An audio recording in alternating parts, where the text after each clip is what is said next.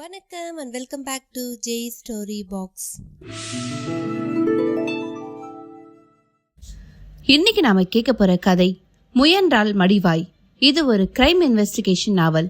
கதைக்குள்ள போகிறதுக்கு முன்னாடி என்னுடைய சேனலை நீங்க இதுவரை சப்ஸ்கிரைப் பண்ணலனா சப்ஸ்கிரைப் பண்ணிடுங்க. அப்படியே மறக்காம பக்கத்துல இருக்க அந்த பெல் ஐகானையும் பிரஸ் பண்ணுங்க. அப்பதான் நான் சொல்ற கதைகள் எல்லாம் உங்கள் காதுகளுக்கு வந்து சேரும். சரி, வாங்க நாம கதைக்குள்ள போகலாம். அத்தியாயம் 1. சரண்யா உற்சாகமாக குளித்துக் கொண்டிருந்தாள். சந்தோஷத்தில் லேசா விசில் கூட வந்தது. நேற்றோடு செமஸ்டர் பரீட்சை தொல்லைகள் முடிந்து போனது. இன்றிலிருந்து வெக்கேஷன் ஆரம்பம். இன்னும் 2 வாரத்திற்கு காலேஜ் பக்கம் தலை காட்ட வேண்டியதில்லை. இந்த 2 வாரத்தையும் எப்படி கொண்டாடுவது என்று நேற்றுக்கு சாயந்தரமே இதர 3 தோழிகளோடு சேர்ந்து திட்டம் திட்டிவிட்டாள். இந்த லீவில் வழக்கம் போல் ஊருக்கு போவதாக இல்லை. மோகன் இருக்கிறான். அவனிடம் மாருதி ஆம்னி வேன் இருக்கிறது. ஊரிலிருந்து அப்பா அனுப்பி வைத்த பணம் அவ்வளோ சுலபத்தில் தீர்வேனா என்கிறது. அதை தீர்த்து பார்க்க வேண்டியது தானே. அயன் பண்ணி கொண்டிருந்த அர்ச்சனா கத்தினாள். ஏய் சரண்யா! சரண்யாவிடமிருந்து பதில் வரவில்லை. தண்ணீர் கொடுக்கிற சத்தம் தான் சடசடவென்று கேட்டது. அருகே இருந்த அயன் பாக்ஸின் கவரை பாத்ரூம் கதவை நோக்கி வேகமாக வீசினாள். அது கதவில் அடித்து தொம் என்றது. தொடர்ந்து தண்ணீர் விழும் சத்தத்துக்கு மேலே பலமாக கத்தினாள். ஏய் சரண்யா! தண்ணீர் கொட்டும் சத்தம் படிப்படியாக ஓய்ந்தது. கிழக்கென்று கதவை விரித்து தலையை மட்டும் வெளியே நீட்டினாள் சரண்யா. அடர்த்தியான கூந்தல், பிசிறில்லாத வட்டமாய் முகம், அதில் செதுக்கின மூக்கு, பானுப்பிரியாவின் கண்கள் சின்ன கோடுகளாய் ரோஜா நிறத்தில் உதறுகள், மோனிகா செல்ஸின் மோவாய். ஏண்டி உயிர் போற மாதிரி கத்துற? கேட்ட சரண்யாவின் குரலில் பாதாம் கீர் இருந்தது. ஜன்னி ஏதாவது வந்து உன் உயிர் போயிடுமோன்னு பயந்துதான் கத்தினேன். What nonsense! சென்சோர் தான் பேசுறேன். நீ பாத்ரூம்குள்ள போய் கிட்டத்தட்ட 1 மணி நேரமாச்சு. தலையில் எடுத்து கொண்டாள். இதுக்கா கத்துன? ஏண்டி, தினமும் தான் காலேஜ் போற அவசரத்தோடு காக்கா குளியல் நடத்திட்டு ஓடுறோம். இன்னைக்காவது ரசிச்சு குளிக்கலாம்னா உனக்கு பொறுக்கல. மோகன் வந்து கார ஆரன் அடிக்கிற வரைக்கும் குளி. அப்புறம் நாம மங்கி ஃபால்ஸ் போன மாதிரி தான். மணி எவ்வளோ ஆச்சு? 10:30. பதறி எடுத்துக்கொண்டு பாத்ரூமை காலி செய்தாள். அர்ச்சனா அயன் பண்ணி முடித்து பாக்ஸை அதனிடத்தில் வைத்தாள். என் ட்ரெஸ்ஸையும் நீயே பேக் பண்ணிடு. நான் சீக்கிரமா குளிச்சுட்டு வரேன். போறது மங்கி ஃபால்ஸ்க்கு. அங்க அருவில குளிச்சுட்டா போச்சு. இப்ப நீ குளிக்கலனா என்ன? அர்ச்சனா சூடாக அவளை முறைத்தாள். 1 மணி நேரம் ஆலாபனையோடு குளியல் நடத்திட்டு என்னை குளிக்க வேண்டாம்னு அட்வைஸ் பண்றியா? வாங்குவிடு, நீ உத வாங்குவ. பாத்ரூமுக்குள் நுழைந்து படார் என்று கதவை சாத்தி கொண்டாள். சரண்யா ஹேர் ட்ரையரால் தலையை உலர்த்தி முடிச்சிட்டு கொண்டாள். லாஃப்டில் இருந்த ஷோல்டர் பேக்கை ஸ்டூல் போட்டு ஏறி எடுத்தாள். தூசி தட்டிவிட்டு அயன் பண்ணின உடைகளை அடுக்கி வைக்க ஆரம்பித்தாள். அதே நிமிஷம், சரண்யா! பக்கத்து வீட்டு மாமி ஜன்னல் வழியாக கூப்பிட்டாள். என்ன மாமி, உனக்கு ஃபோன் வந்திருக்கு. தோ வந்துட்டேன். அடுத்த காம்பவுண்டுக்கு ஓடினாள். அவர்கள் வீட்டு டிராயிங் ரூமில் டெலிஃபோன் ரிசீவர் டீப்பாயின் மேல் தனியே கிடந்தது. காதோடு அதை உரசவிட்டாள். ஹலோ, நான் சரண்யா பேசுறேன். நான் தான் மோகன். ஓ, குட் மார்னிங். கிளம்பியாச்சா? நான் ரெடி. அர்ச்சனா தான் லேட் பண்ணிட்டு இருக்கா. அவளை கேட்டா உன்ன சொல்லுவா. ஆர்எஸ்புரம் ஃபோன் பண்ணினேன். ராதாவும் சோபனாவும் எப்போ ரெடி ஆயிட்டாங்க. டைம் கீப்பிங்னா அவங்க 2 பேரும் தான். சுற்றுமுற்றும் பார்த்துவிட்டு கிசுகிசுப்பாக போலியான கோபத்தோடு சொன்னாள் சரண்யா. காதலியை தவிர மற்ற எல்லா பொண்ணுங்களையும் புகழ்றதான் இப்ப லேட்டஸ்ட் ஃபேஷன். இந்த ட்ரிப் முழுக்க சண்டை போட ஃபோன்லேயே பிள்ளையார் சொல்லி போட்டாச்சா? சரி, எத்தனை மணிக்கு வரீங்க? இன்னும் 10 நிமிஷம். ராதா, சோபனா, நான் 3 பேரும் அங்க ஆஜராயிருப்போம். நாங்க வரப்ப நீங்க ரெடியா இருக்கலனா இந்த ட்ரிப் கேன்சல். ஏய்! சரண்யா கத்த கத்த ரிசீவரை வைத்து விட்டான் மோகன். சே, எருமை! செல்லமாய் ரிசீவரை பார்த்து முணுமுணுத்தவள் கதவருகே மாமி வந்து நின்றிருப்பதை பார்த்துவிட்டு உதட்டை கடித்து கொண்டாள். சின்ன புன்னகையால் மாமியை சமாளித்து தேங்க்ஸ் மாமி சொல்லிவிட்டு வெளியே வந்தாள். அறைக்குள் நுழைந்தபொழுது அர்ச்சனா ட்ரெஸ்ஸிங் டேபிள் முன் அமர்ந்து பவுடர் பூசிக்கொண்டிருந்தாள். பேக்கிங்கை பாதியில விட்டுட்டு எங்கடி போன? ஃபோன் வந்தது. யார்கிட்ட இருந்து? மோகன். என்ன சொன்னார்? இன்னுமா புறப்படலன்னு சத்தம் போட்டார். சத்தம் போடணும், அப்பதான் நீ திருந்துவ. நான் உன்ன சொல்லிட்டேன். நான் ரெடி. அர்ச்சனா தான் குளிக்கவே இல்லைன்னு சொல்லி உன் மேலே படியை போட்டுட்டேன். கழுத, சரி, உன்னோட காதல் வளர இந்த மாதிரி அவதூறுகளையும் பழியையும் நானே வாங்கிக்கிறேன். பெரிய தியாகிதான். சிரித்துக்கொண்டே சரண்யா மீண்டும் பேக் செய்ய ஆரம்பித்தாள். எல்லாவற்றையும் பேக் செய்து முடித்த பின் யோசனையுடன் நெற்றியை தட்டினாள். அர்ச்சனா, எதையோ மறந்த மாதிரி ஒரு ஃபீலிங். அர்ச்சனா திரும்பி பார்த்தாள். 2 நாள் அங்கே ஸ்டே பண்ண போறோம். ஆளுக்கு 3 செட் ட்ரெஸ் அயன் பண்ணி வச்சேன். அதெல்லாம் எடுத்து உள்ள வச்சியா? வச்சிட்டேன். டவல்? காஸ்மெட்டிக்ஸ் வச்சிட்டேன். அந்த நாட்கள் வரப்போகுதா? பேட் எதா வேணுமா? சி, டேட்ஸ் முடிஞ்சுது. அப்ப நீ எதையும் மறக்கல? இல்லை, எதையும் மறந்திருக்கேன். பிரமையா இருக்குண்டி. இல்லடி. சரண்யா நிச்சயமாய் மறுத்த பொழுது அர்ச்சனா கத்தினாள். எனக்கு ஞாபகம் வந்துருச்சு. ராத்திரி தூங்க போறதுக்கு முந்தி கர்ச்சிப்பை துவச்சி மொட்டை மாடியில காய போட்டியே, அதானே? என் கண்ணு, இதுக்கு தான் அர்ச்சனா வேணுங்கிறது. சரண்யா மொட்டை மாடிக்கு படிகளில் தாவினாள். மோகன் அவளுக்கு அன்பளித்த கர்ச்சிப். அது கையில் இருந்தால் அவனே கைக்குள் இருப்பது போல் அவளுக்குள் தோன்றும். அவன் மனசைப் போல வெள்ளை நிறம். படிகள் முடிந்து மேலே வர வெட்டவெளி. விசு விசுவென காற்று அடித்தது. ஆண்டனா மேல் ஒரு அண்டங்காக்கா கட்டைக்குரலில் கரகரத்தது. ஆண்டனா கம்பிக்கும் புகை கூண்டுக்குமாய் நைலான் கயிற்றை கட்டி அதில் தான் துணிகளை உலரப்போட்டிருந்தாள்.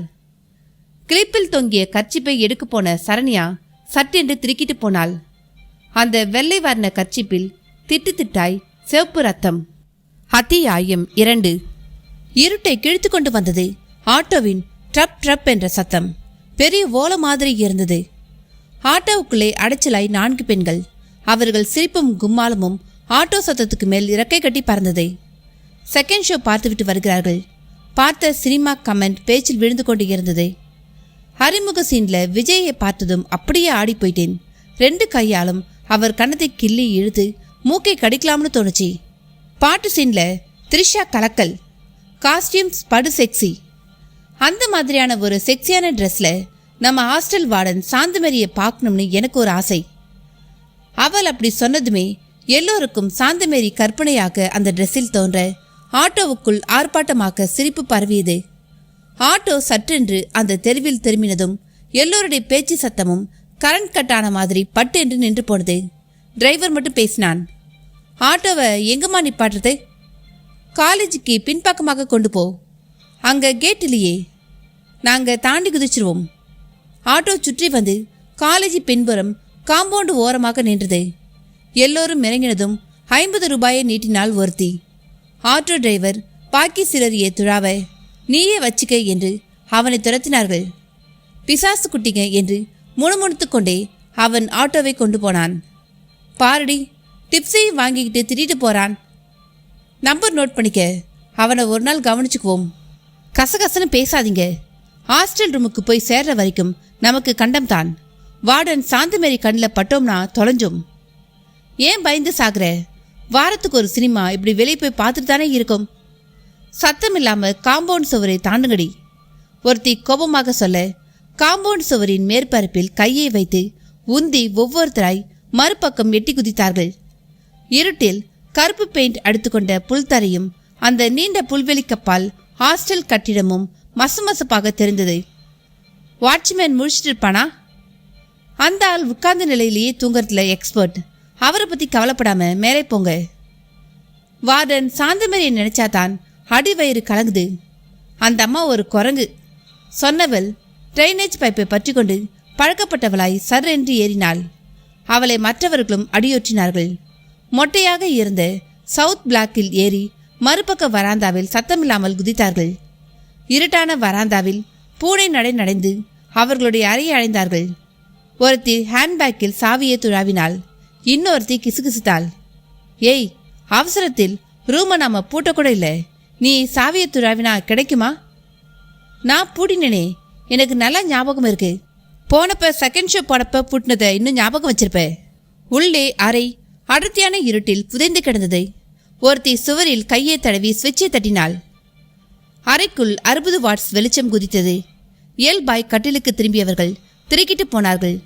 அங்கே ஹாஸ்டல் வார்டன் சாந்தமேரி கோபத்தில் தகதகும் முகத்தோடு உட்கார்ந்திருந்தாள். அத்தியாயம் 3. சில வினாடிகளுக்கு யோசனைகள் அற்றுப்போய் அந்த கர்ச்சிஃபையை பார்த்து நின்றாள் சரண்யா. சுதாரிப்புக்கு வந்து அவசர குரலில் கூப்பிட்டாள். அர்ச்சனா, அர்ச்சனா! கீழிருந்து அர்ச்சனாவின் குரல் மெலிவடைந்து போய் மேலே வந்தது. என்னடி, கொஞ்சம் மேலே வா. இவ ஒருத்தி புறப்பட விட மாட்டா. முணுமுணுப்பை தொடர்ந்து அர்ச்சனா மேலே வந்தாள். தலைப்பின்னலை போனிட்டேலாக்கி தடிமனான ரப்பர் பேண்டை மாட்டிக்கொண்டே கேட்டாள். 5வது பிளாட் தடியன் மொட்டை மாடியிலிருந்து உன்னை பார்த்து மறுபடியும் கண்ணடிச்சானா? இல்ல, இந்த கர்ச்சிஃபை பாரு. அர்ச்சனா கொடியை பார்த்தாள். அதில் கிளிப்பின் பிடியில் தொங்குகிற கர்ச்சிஃபை பார்த்து அவள் புருவங்கள் வேர்ந்தன. என்னடி, நைட் நீ நீளம் போட்டு வெளுத்து போட்ட, இப்ப இதுல திட்டுத்திட்டா ரத்தக்கரை எப்படி வந்தது? அதான் புரியல. கர்ச்சிஃபு போட்டது போட்டபடியே அப்படியே இருக்கு. எனக்கு நல்ல ஞாபகம் இருக்கு. கொடி கம்பியில இந்த ஜாயிண்ட் இருக்கே, இந்த இடத்துல தான் காய போட்டேன். இப்ப பார்த்தா கர்ச்சிஃப் எல்லாம் ஒரே ரத்தம். எப்படி வந்திருக்கும்? அவர்கள் யோசனையை கலைத்தது அந்த ஹாரன் சத்தம். மோகன் வந்தாச்சு என்றாள் அர்ச்சனா. மொட்டை மாடியின் விளிம்புக்கு ஓடிப்போய் எட்டி பார்த்தாள். மாருதி வேனின் ஆம்னி பளிரென்று தெரிந்தது. கதவுகள் திறந்திருக்க மோகன், ராதா, சோபனா 3 பேரும் கதவை நோக்கி நடந்து கொண்டிருந்தார்கள். 100 ரூபாய் பந்தயம். சரண்யா இப்பதான் தலைய ஷாம்புவில் ஊற போட்டிருப்பான்னு நான் சொல்றேன், நீ என்ன சொல்ற என்று சோபனாவிடம் கேட்டுக்கொண்டிருந்தாள் ராதா. அர்ச்சனா கையை தட்டினாள். ஏய், மேல வாங்க. ஓ, மகாராணிகள் இப்பதான் உப்பரிகில உலாவிட்டு இருக்காங்களோ? அவர்கள் 3 பேரும் அறைக்குள் நுழைந்து மாடியை அடைந்தார்கள். என்னடி, இன்னுமா புறப்படல? புறப்பட்டாச்சு. மொட்டை மாடியில காயப்போட்டிருந்த கர்ச்சிஃபை எடுக்க வந்தேன், அப்படியே நின்னுட்டேன். இது மோகன் உனக்கு பர்த்டேக்கு பிரசன்ட் பண்ணின கர்ச்சிஃப்ல? இதை பார்த்ததும் அம்மா மனசுக்குள்ள டூயட் சீன் ஓட ஆரம்பிச்சு அப்படியே நின்னுட்டாங்களா? இல்லடி என்று சொல்லி கர்ச்சிஃபில் ரத்தம் படிந்து கிடக்கும் விவரத்தை சொன்னாள் சரண்யா. பூ, இதுதானா விஷயம்? அதோ அந்த அண்டங்காக்கா எலியை பிடிச்சிட்டு வந்து சாப்பிட உன் கர்ச்சிப்பை பிளேட்டா உபயோகப்படுத்திருக்கும். நம்ம போய் குளிக்கிறதுக்குள்ள மங்கி ஃபால்ஸ் தண்ணி வறண்டே போயிடும். மோகன், ஒரு கர்ச்சிஃப் காக்க இத்தனை தூரம் கவலைப்படுறவளை நான் இன்னைக்கு தான் பார்க்குறேன். ஒன்னே ஒன்று தான் வாங்கி தந்தீங்களா? ஏன் கஞ்சித்தனம்? முதல் வேலையா இவளுக்கு ஒரு டஜன் கர்ச்சிஃபை வாங்கி தந்துருங்க. இப்போ இவளை கிளம்ப சொல்லுங்க. இத்தனை பேர் முன்னால என் மானத்தை வாங்குறியே சரண்யா, கமான் கிளம்பு.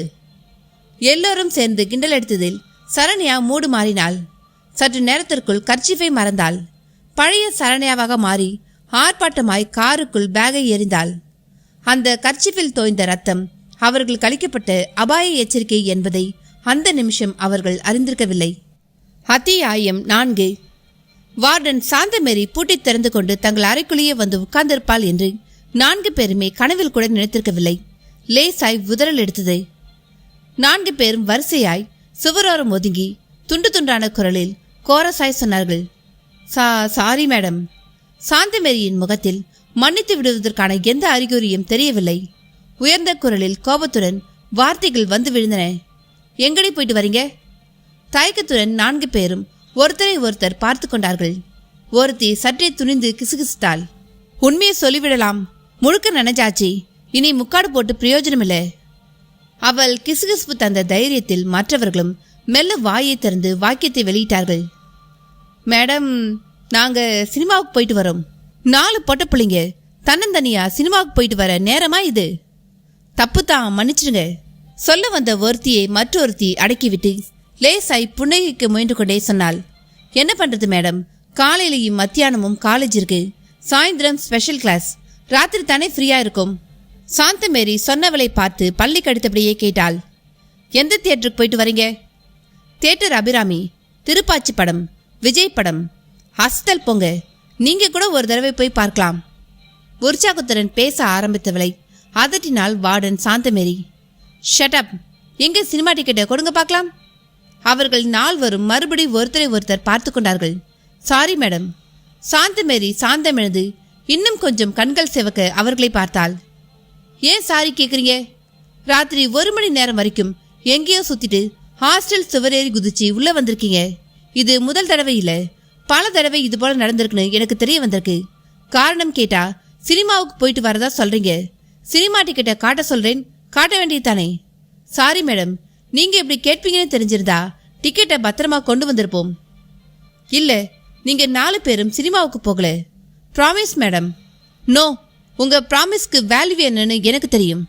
திட்டவட்டமாக சாந்தமேரி மறுக்க அவள் கெஞ்சுகிற பாவனையில் சொன்னாள். எங்களை நம்புங்க மேடம், சினிமாவை தவிர இந்த அர்த்தராத்திரியில் வெளியே எங்களுக்கு வேற என்ன வேலை? சாந்தமேரி சில வினாடிகளுக்கு அவர்களை முறைத்து பார்த்துவிட்டு நிதானமாக சொன்னாள். நாளைக்கு காலையில் பிரின்சிபலை போய் பாருங்க, விவரமாக புரியும் சொல்லிவிட்டு புயல் மாதிரி அந்த அறையை விட்டு வெளியேறி சென்றாள் சாந்தமேரி. அத்தியாயம் 5. சில் என்ற குளிர்காற்றை வெட்டிக்கொண்டு ஆம்னி வேன் விரைந்தது. லேசான தூறலை வைப்பர் துடைத்து கொண்டு இருந்தது. டேப் ரெக்கார்டரில் சித்ரா உய்யாலா என்று சொல்லிக் கொண்டிருக்க மோகன் வேனை இயக்கினான்.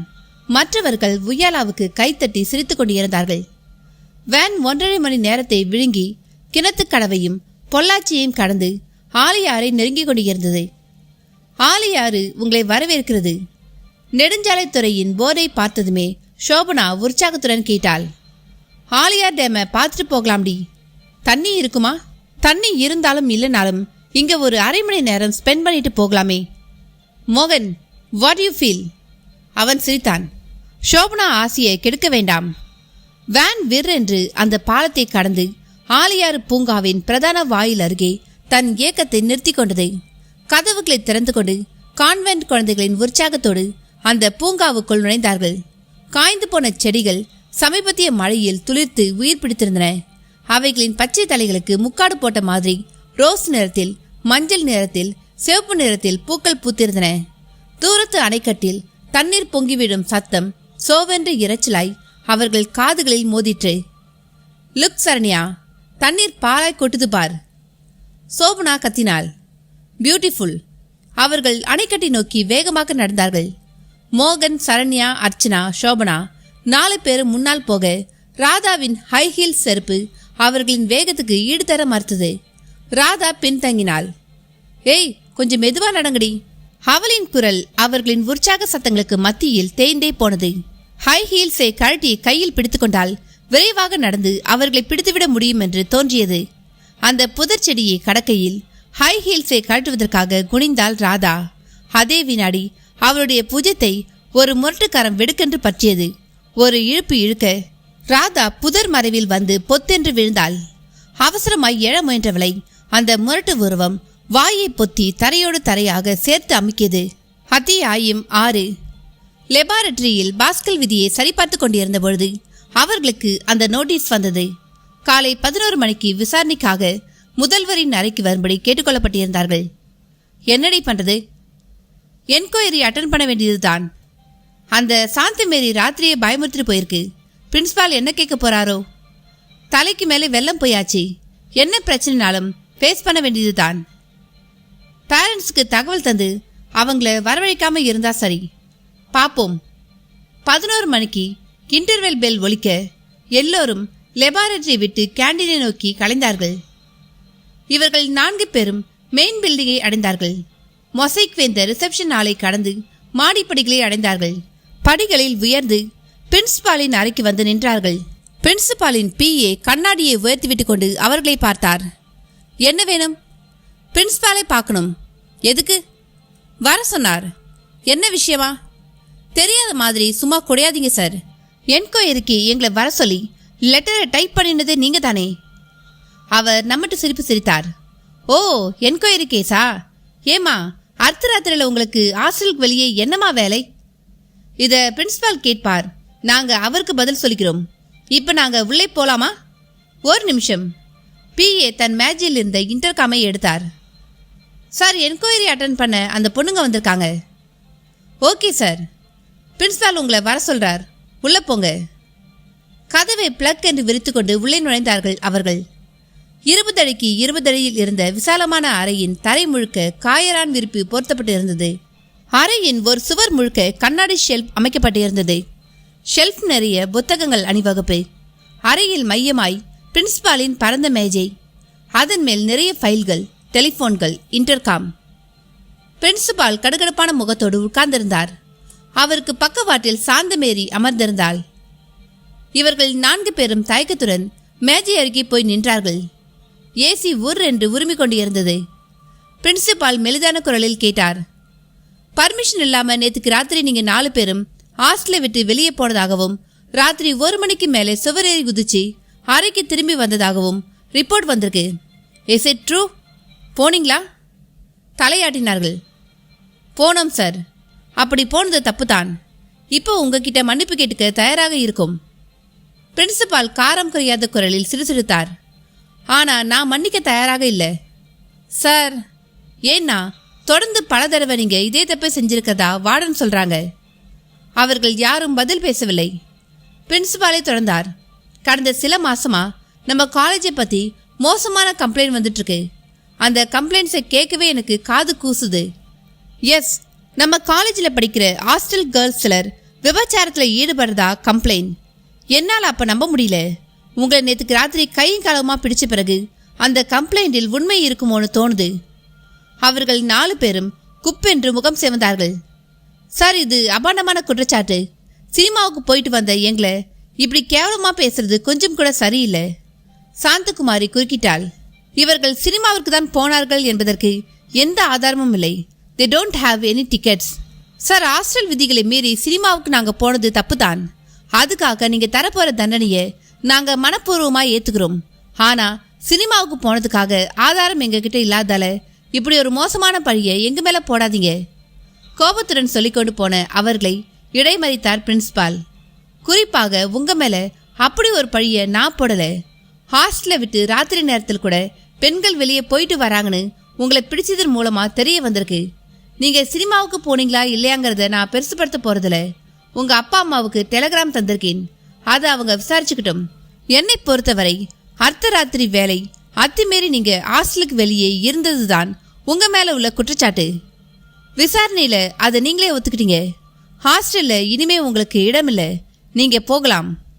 அவர்கள் ஏதோ சொல்ல முயற்சிக்க பிரின்சிபால் முடிவாக சொன்னார். Please get out. அத்தியாயம் 7.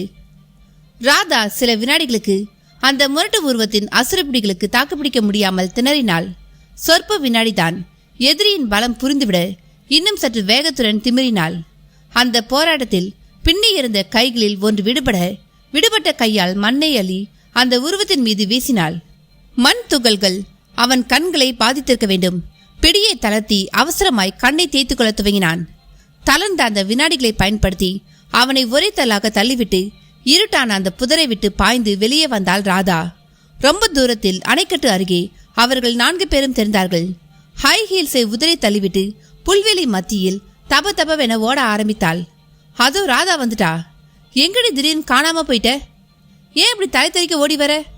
ட்ரெஸ் எல்லாம் புழுதியா இருக்கு. கேள்விகளுடன் அவளை சூழ்ந்து கொண்டார்கள். மோகன் முன்னால் வந்து சீரியஸாய் அவளை பார்த்து கேட்டான். என்னாச்சு ராதா? அங்க ராதா படபடப்புடன் நடந்தவைகளை விளக்கினாள். மோகன் அவளை இழுத்துக்கொண்டு அவசரமாய் அந்த புதரை நோக்கி போனான். இதோ இங்குதான் மோகன். அங்கே யாரும் இல்லை. அந்த பூங்கா முழுவதுமே சுற்றி சுற்றி வந்து தேடி பார்த்தார்கள். சந்தேகத்துக்கு இடமாய் எதுவும் அகப்படவில்லை. ஆளை பாத்தியானே? அந்த புதருக்குள்ள ஒரே இருட்டு. என்னால் அடையாளம் தெரிஞ்சுக்க முடியல.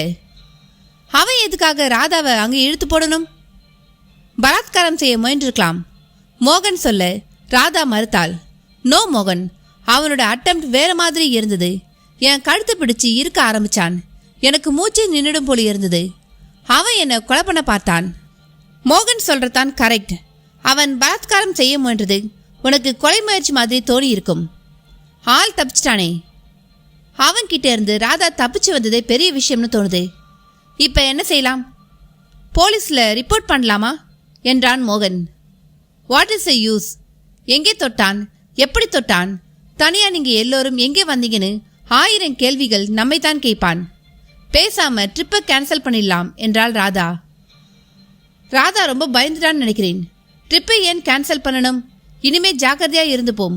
எல்லோரும் ஒன்னா போவோம், ஒன்னா வருவோம். 5 பேரும் ஒன்னா இருக்கோம்னு அப்பப்போ உறுதிப்படுத்திக்கணும். சோபனா சொல்றது சரி. வாங்க காருக்கு போகலாம். எல்லோரும் அந்த பூங்காவை கடந்து வெளியே நின்றிருந்த ஆம்னி வேனுக்கு திரும்பினார்கள். மோகன் டிரைவிங் சீட்டில் நிரம்பிக்கொள்ள சரண்யா அவன் அருகில் அமர்ந்து கொண்டாள். மற்ற 3 பேர் பின் இருக்கைகளில் உட்கார போன பொழுது சோபனா சற்றென்று அதை பார்த்தாள். மோகன், இங்க பாருங்க. அத்தியாயம் 8. அவர்கள் 4 பேரும் வார்டன் சாந்தமேரியின் மீது ஏராளமான ஆத்திரத்தோடு இருந்தார்கள். அத்தனைக்கும் காரணம் அந்த சாந்தமேரி தான். ஆமா, நம்ம வார்ன் பண்ணிட்டு ஹாஸ்டலோட பிரச்சனையை முடிச்சிருக்கலாம். அதை செய்யாம விஷயத்தை பிரின்சிபால் வரைக்கும் எடுத்துட்டு போய் எத்தனை அவமானப்படுத்திட்டா அந்த அம்மா. பிரின்சிபாலோட விஷயம் முடிஞ்சதுன்னா அதுவும் இல்லையே, பேரண்ட்ஸ்க்கு டெலிகிராம் கொடுத்து அவங்கள வரவழைச்சி அவங்க முன்னால் எத்தனை கேவலம். எங்க அப்பா செம டோஸ் விட்டார். என்ன பண்றது, பதில் பேசாம வாங்கிக்கிட்டேன். யாரோ சில கழுதிங்க ப்ராஸ்டிடியூஷன்ல ஈடுபடுதாம். இந்த அம்மாவுக்கு நாம தான் கிடைச்சமா? சினிமாவுக்கு போயிட்டு வந்த நம்ம மேல எவ்வளவு மோசமான பழியை போட்டுட்டா. விடக்கூடாது, செமத்தியா பழி வாங்கணும். அந்த அம்மா வெளியே தலை காட்ட முடியாதபடி அவமானப்படுத்தணும். அதான் எப்படி சொல்றேன், விளக்கமா சொல்றேன். அத்தியாயம் 9. சோபனா பின் இருக்கை நோக்கி கையை காட்டினாள். எல்லோரின் பார்வையும் அங்கே விழுந்தன. புருவங்கள் உயர்ந்தன. பின் சீட்டின் மத்தியில் ஒரு மூக்கு கண்ணாடி உட்கார்ந்திருந்தது. மோகன் குழப்பமான குரலில் கேட்டான், இந்த ஸ்பெக்ஸ் யாரோடது? எல்லோரும் ஒருத்தரை ஒருத்தர் பார்த்து கொண்டார்கள். சரண்யா சொன்னாள், கண்ணாடி போடுறவங்க யாருமே நம்ம குரூப்ல கிடையாதே. அப்படின்னா இந்த கண்ணாடி யாரோடது? இந்த கண்ணாடி எப்படி இங்கே வந்தது? இன்னைக்கு நமக்கு டைம் சரியில்லைன்னு நினைக்கிறேன். அதனால தான் வினோதமான சம்பவங்கள் எல்லாம் நடக்குது. சரண்யா மொட்டை மாடியில் காயப்பட்ட கர்ச்சிஃப்ல ரத்தக்கரை படிஞ்சிருந்தது. பார்க்கில் எவனோ ஒருத்தன் என்னை பலாத்காரம் பண்ண பார்த்தான். இப்ப லாக் பண்ண காருக்குள்ள ஒரு கண்ணாடி. ட்ரிப்பை இதோட கேன்சல் பண்ணிட்டு அவங்க வீட்டுக்கு திரும்புறது உத்தமம்னு நான் நினைக்கிறேன். ராதா சொன்னதும் மோகன் சிரித்தான். ராதா, நீ ரொம்ப பயப்படுற. Please be serious. பிக்னிக் வந்தா ஜாலியா இருக்கணும், சீரியஸா இருக்கக்கூடாது. எவனோ ஒரு லோஃபர் உன்கிட்ட தப்பா நடந்துக்கிட்டதையும் தற்செயலா நடந்த மற்ற சம்பவங்களையும் ஏன் முடிச்சு போடுற? எது தற்செயல்? கர்ச்சிஃபில் ரத்தக்கரை படிகிறதும் பூட்டின காருக்குள்ள புதுசா ஒரு மூக்கு கண்ணாடி இருக்கிறதும் தற்செயலா? அர்ச்சனா சொன்னாள். சரண்யாவின் கர்ச்சிஃபில் ரத்தக்கரை படிஞ்சதுக்கான காரணத்தை நான் சொல்றேன். செத்துப்போன எலி, பக்கத்து தெரு மட்டன் கடையில் திருடின சதை துணுக்கு எல்லாத்தையுமே காக்காய்கள் எங்கள் வீட்டு மொட்டை மாடியில் தான் கொண்டு வந்து போடும். ரத்தமும் சதையுமா காயப்போட்டு இருந்த கர்ச்சிப் மேல காக்கா வந்து உட்கார்ந்துருக்கும். கர்ச்சிப்ல ரத்தக்கரை படிஞ்சிருக்கும். ராதா இன்னமும் தெளிவடையாத முகத்துடன் கேட்டாள், நீ சொல்றபடியே வச்சுப்போம். பூட்டின காருக்குள்ள கண்ணாடி எப்படி வந்தது? இதுக்கு என்ன காரணத்தை சொல்ல போற? அர்ச்சனா மேலும் புன்னகைத்தாள். இங்க பாரு ராதா, மனசுல பயத்தோட நீ எந்த விஷயத்தை அணுகினாலும் தப்பான காரணங்கள் தான் நிறைய கிடைக்கும். விஷயத்தை சுலபமா எடுத்துக்கிட்டு காரணத்தை அலசிப்பார், சரியான காரணம் பிடிபடும். சரி, பூட்டின காருக்குள்ள கண்ணாடி வந்த விஷயத்த லைட்டாவே எடுத்துக்கிட்டு நீ காரணத்தை சொல்லு. அர்ச்சனா மோகனிடம் திரும்பினாள். நம்மில் ஸ்பெக்ஸ் போடுறவங்க யாரும் இல்லை, ஆனா காருக்குள்ள ஒரு ஸ்பெக்ஸ் இருக்கு. அப்படின்னா இதுக்கு விடையும் மோகன் கிட்ட தான் இருக்கு. மோகன் தோலை குலுக்கினான். ஸ்பெக்ஸ் எப்படி வந்ததுன்னு எனக்கும் தெரியல, இதுக்கு என்ன சொல்ற என்கிற மாதிரி எல்லோரும் அர்ச்சனாவை பார்க்க அர்ச்சனா புன்னகையுடன் தொடர்ந்து பேசினாள். மோகன், நான் கேட்குற கேள்விகளுக்கு மட்டும் யோசிச்சு பதில் சொல்லுங்க. கேளு, இந்த 2 நாள்ல யாருக்காவது காரை இரவல் தந்தீங்களா? இல்ல யாருக்காவது லிஃப்ட் கொடுத்தீங்களா? சில வினாடி யோசனைக்கு பின் மோகன் சொன்னான், என் கூட ஆஃபீஸ்ல வேலை பார்க்குற டைப்பிஸ்ட்டை பஸ் ஸ்டாப்ல டிராப் பண்ணியிருக்கேன். அக்கௌண்டண்ட்டை பேங்க்குக்கு கூட்டிட்டு போயிருக்கேன். அப்புறம் என் பிஸ்னஸ் பார்ட்னரோட மதரை கோவிலுக்கு அழைச்சிட்டு போயிருக்கேன். இவங்களில் ஸ்பெக்ஸ் உபயோகப்படுத்துறவங்க யாராவது இருக்காங்களா? அக்கௌண்டண்ட்டும் பார்ட்னரோட அம்மாவும் ஸ்பெக்ஸ் போடுறவங்க தான். அர்ச்சனா சிரித்தாள். தென் ப்ராப்ளம் சால்வ்டு. அவங்கள யாரோ ஒருத்தர் கண்ணாடியை காருக்குள்ளே மறந்து வச்சுட்டாங்க. இந்த கண்ணாடியை பார்த்தா லேடிஸ் உபயோகிக்கிற கண்ணாடி போல தெரியுது. ஃப்ரேம் ஸ்டைல் அப்படிதான் இருக்கு என்றாள் சரண்யா. அப்படின்னா பிக்னிக் முடிஞ்சு திரும்பி போனதும் முதல் வேலையா உங்க பார்ட்னரோட அம்மா கிட்ட போய் கேளுங்க. 4 நாளா மூக்கு கண்ணாடி இல்லாம தவிச்சு போயிட்டேன்னு சொல்லுவாங்க. மோகன் நிமிர்ந்து ராதாவை பார்த்தான். அர்ச்சனா இவ்வளவு தெளிவா சொன்ன பிறகும் நீ பயப்படுறியா ராதா? ராதா தலையசித்தாள். எனக்கு கலக்கமா தான் இருக்கு. எல்லோருமாய் சேர்ந்து அவள் முதுகில் செல்லமாக மொத்தினார்கள். பைத்தியம், எலுமிச்சை பழத்தை உன் தலையில தேய்ச்சி மங்கி ஃபால்ஸில் கொற்ற தண்ணிக்கு அடியில் உன்னை நிக்க வச்சா கலக்கமெல்லாம் தன்னால காணாம போயிடும். டயத்தை வேஸ்ட் பண்ணாம காருக்குள்ளேயே உட்காரு சொல்லிக்கொண்டே சோபனா ராதாவை உள்ளே தள்ளினாள். காரின் கதவுகளை அரைந்து சாத்தினார்கள். மோகன் காரை கிளப்பினான். கார் சாலையை பிடித்துக்கொண்டு விரைய ஆரம்பித்தது. ஆலியார் செக் போஸ்டை கடந்து மலைப்பாதையில் உயர ஆரம்பித்தார்கள். அத்தியாயம் 10. வார்டன் சாந்தமேரி அந்த காலை நேர 10:15 ஸ்டாப் ரூமில் உட்கார்ந்து மும்முரமாக நோட்ஸ் எடுத்துக்கொண்டிருந்தாள். வராந்தாவில் வந்து நின்றார்கள் அவர்கள் 4 பேரும். ஜன்னல் வழியாக ஒருத்தி எட்டி பார்த்துவிட்டு, இருக்கு, அந்த அம்மா இருக்கு என்றால் கிசுகிசுப்பான குரலில். 2 பேர் ஜன்னல் அருகே நின்று கொள்ள 2 பேர் மட்டும் கதவருகே சென்று தயங்கி தயங்கி நின்றார்கள். வாசலில் நிழலாடவே நிமிர்ந்தாள் சாந்தமேரி. அவள் நிமிர்ந்ததும் 2 பேரும் மெலிசான குரலில் கோரஸாக சொன்னார்கள், எக்ஸ்கியூஸ் மீ மேடம். என்றபடி உள்ளே வர சொல்கிற பாவனையில் தலையசைத்தாள் சாந்தமேரி. 2 பேரும் மேஜிக் அருகில் வந்து நின்றார்கள். நிமிர்ந்த சாந்தமேரி என்ன விஷயம் என்றாள். நாங்க செஞ்சது எவ்வளவு பெரிய தப்புன்னு யோசிச்சு பார்க்கறப்ப எங்களுக்கே புரிஞ்சுது. உங்ககிட்ட பர்சனலா மன்னிப்பு கேட்கணும்னு வந்தோம். எங்க மற்ற 2 பேரும்? அவங்க வரமாட்டேன்னுட்டாங்க. ஹாஸ்டலை விட்டு வெளியே துரத்திய அந்த அம்மா கிட்ட நாங்க ஏன் மன்னிப்பு கேட்கணும்னு சொல்லிட்டாங்க. திமிர் பிடிச்ச கழுதிங்க அவங்க 2 பேரும். நீங்க தப்பு உணர்ந்ததை நினைச்சு சந்தோஷப்படுறேன். ஹாஸ்டலை விட்டு வெளியே அனுப்பினது பிரின்சிபாலோட முடிவு. நான் வேணா அவர்கிட்ட பேசி பார்க்கிறேன். உங்க 2 பேரையும் திரும்ப ஹாஸ்டலை சேர்த்துக்க என்னாலான முயற்சிகளை செய்கிறேன். Thanks madam. சாந்தமேரி இடதுபுறம் நின்றிருந்தவளை பார்த்து சற்றே வருத்தத்துடன் சொன்னாள். மற்ற 3 பேரும் தப்பு பண்ணது கூட என் மனசை பாதிக்கல. ஆனா நீ அவங்களோட சேர்ந்து செகண்ட் ஷோ சினிமாவுக்கு போனதை என்னால் இன்னமும் ஏற்றுக்க முடியல. சாரி மேடம் என்றால் அவள் தலையை குனிந்து. சாந்தமேரி அவளுடன் பேசிக்கொண்டிருக்கும் பொழுதே இன்னொருத்தி ஜன்னல் அருகே கையை அசைத்து ஜாடை காட்டினாள். ஜன்னலுக்கு பக்கத்தில் நின்றிருந்த மற்ற 2 பெண்களும் ஜாடையை புரிந்து கொண்டு அந்த இடத்தை விட்டு வேக வேகமாக நடந்தார்கள். எனக்கு திக்குன்னு நெஞ்சு அடிக்குது. தைரியமாக ஹாஸ்டல் சுவரேறி குதிச்சு சினிமாவுக்கு போயிட்டு வரும். அப்ப இல்லாத பயம் இப்ப எதுக்கு? இப்ப நம்ம செய்ய போற காரியம் அதை விட மோசமானதாச்சே. அப்படியெல்லாம் பயந்தா சாந்தமேரிய பழிக்கு பழி வாங்க முடியாது. அதுக்குல என்ன, அதுக்குல நம்ம 4 பேரையும் விபச்சாரிக்கல்னு சொன்னவ அந்த அம்மா. அதை நினைக்கிறப்ப ஆத்திரமா தான் வருது. வேக நடையில் ஹாஸ்டலை எட்டி பிடித்தார்கள். கிளாஸ் அவர் ஆதலால் ஹாஸ்டல் வெறிச்சோடி கிடந்தது. எல்லா அறைகளும் சாத்தி கிடக்க கட்டெடுத்த மாணவிகள் மட்டும் கதவை சாத்தி குரட்டை விட்டு கொண்டிருந்தார்கள். படிகளில் தடதடுத்து முதல் தளத்தை நோக்கி போனார்கள் இருவரும். நம்ம காரியத்தை முடிக்கிற வரைக்கும் சாந்தமேரிய அந்த பக்கம் இந்த பக்கம் நகர விடாம அவங்க 2 பேரும் பேச்சு கொடுத்துட்டு இருப்பாங்க. ஆளரவும் அற்று கிடந்த முதல் தர வராந்தாவில் சாந்தமேரியின் அறையை அடைந்தார்கள். கதவில் வார்டன் என்று பெயிண்டில் எழுதப்பட்டிருந்தது. கதவில் மஞ்சளாய் பூட்டு தொங்கியது. அவள் ஹேண்ட்பேக்கில் துழாவி சாவியை பொறுக்கி எடுத்தாள். இந்த சாவி இந்த பூட்டை திறக்குமா? சாந்தமேரியோட சாவியை சோப்பில் பதிஞ்சு அடையாளம் எடுத்துக்கிட்டு அந்த அச்சை வச்சு செஞ்சு வாங்கின சாவி இது. திறக்கலனா நான் இந்த தொழிலே விட்டுறேன்னு பூட்டு ரிப்பேர்காரன் சத்தியமணி சொன்னான். சொல்லிக்கொண்டே சாவியை பூட்டி சொருகினாள். சற்று சிரமத்துடன் சாவி உள்ளே புகுந்தது. திருகி பார்த்தாள். சாவி திரும்பவில்லை. 4-5 முயற்சிக்கு பின் கவலையுடன் அடுத்தவளை பார்த்தாள். என்னடி திறக்க மாட்டேங்குது? அவள் முன்னால் வந்தாள். நீ ஒதுங்கிக்க, நான் ட்ரை பண்றேன். 2 தரம் சாவியை திருகி பார்த்தாள். பூட்டு அசைந்து கொடுக்கவில்லை.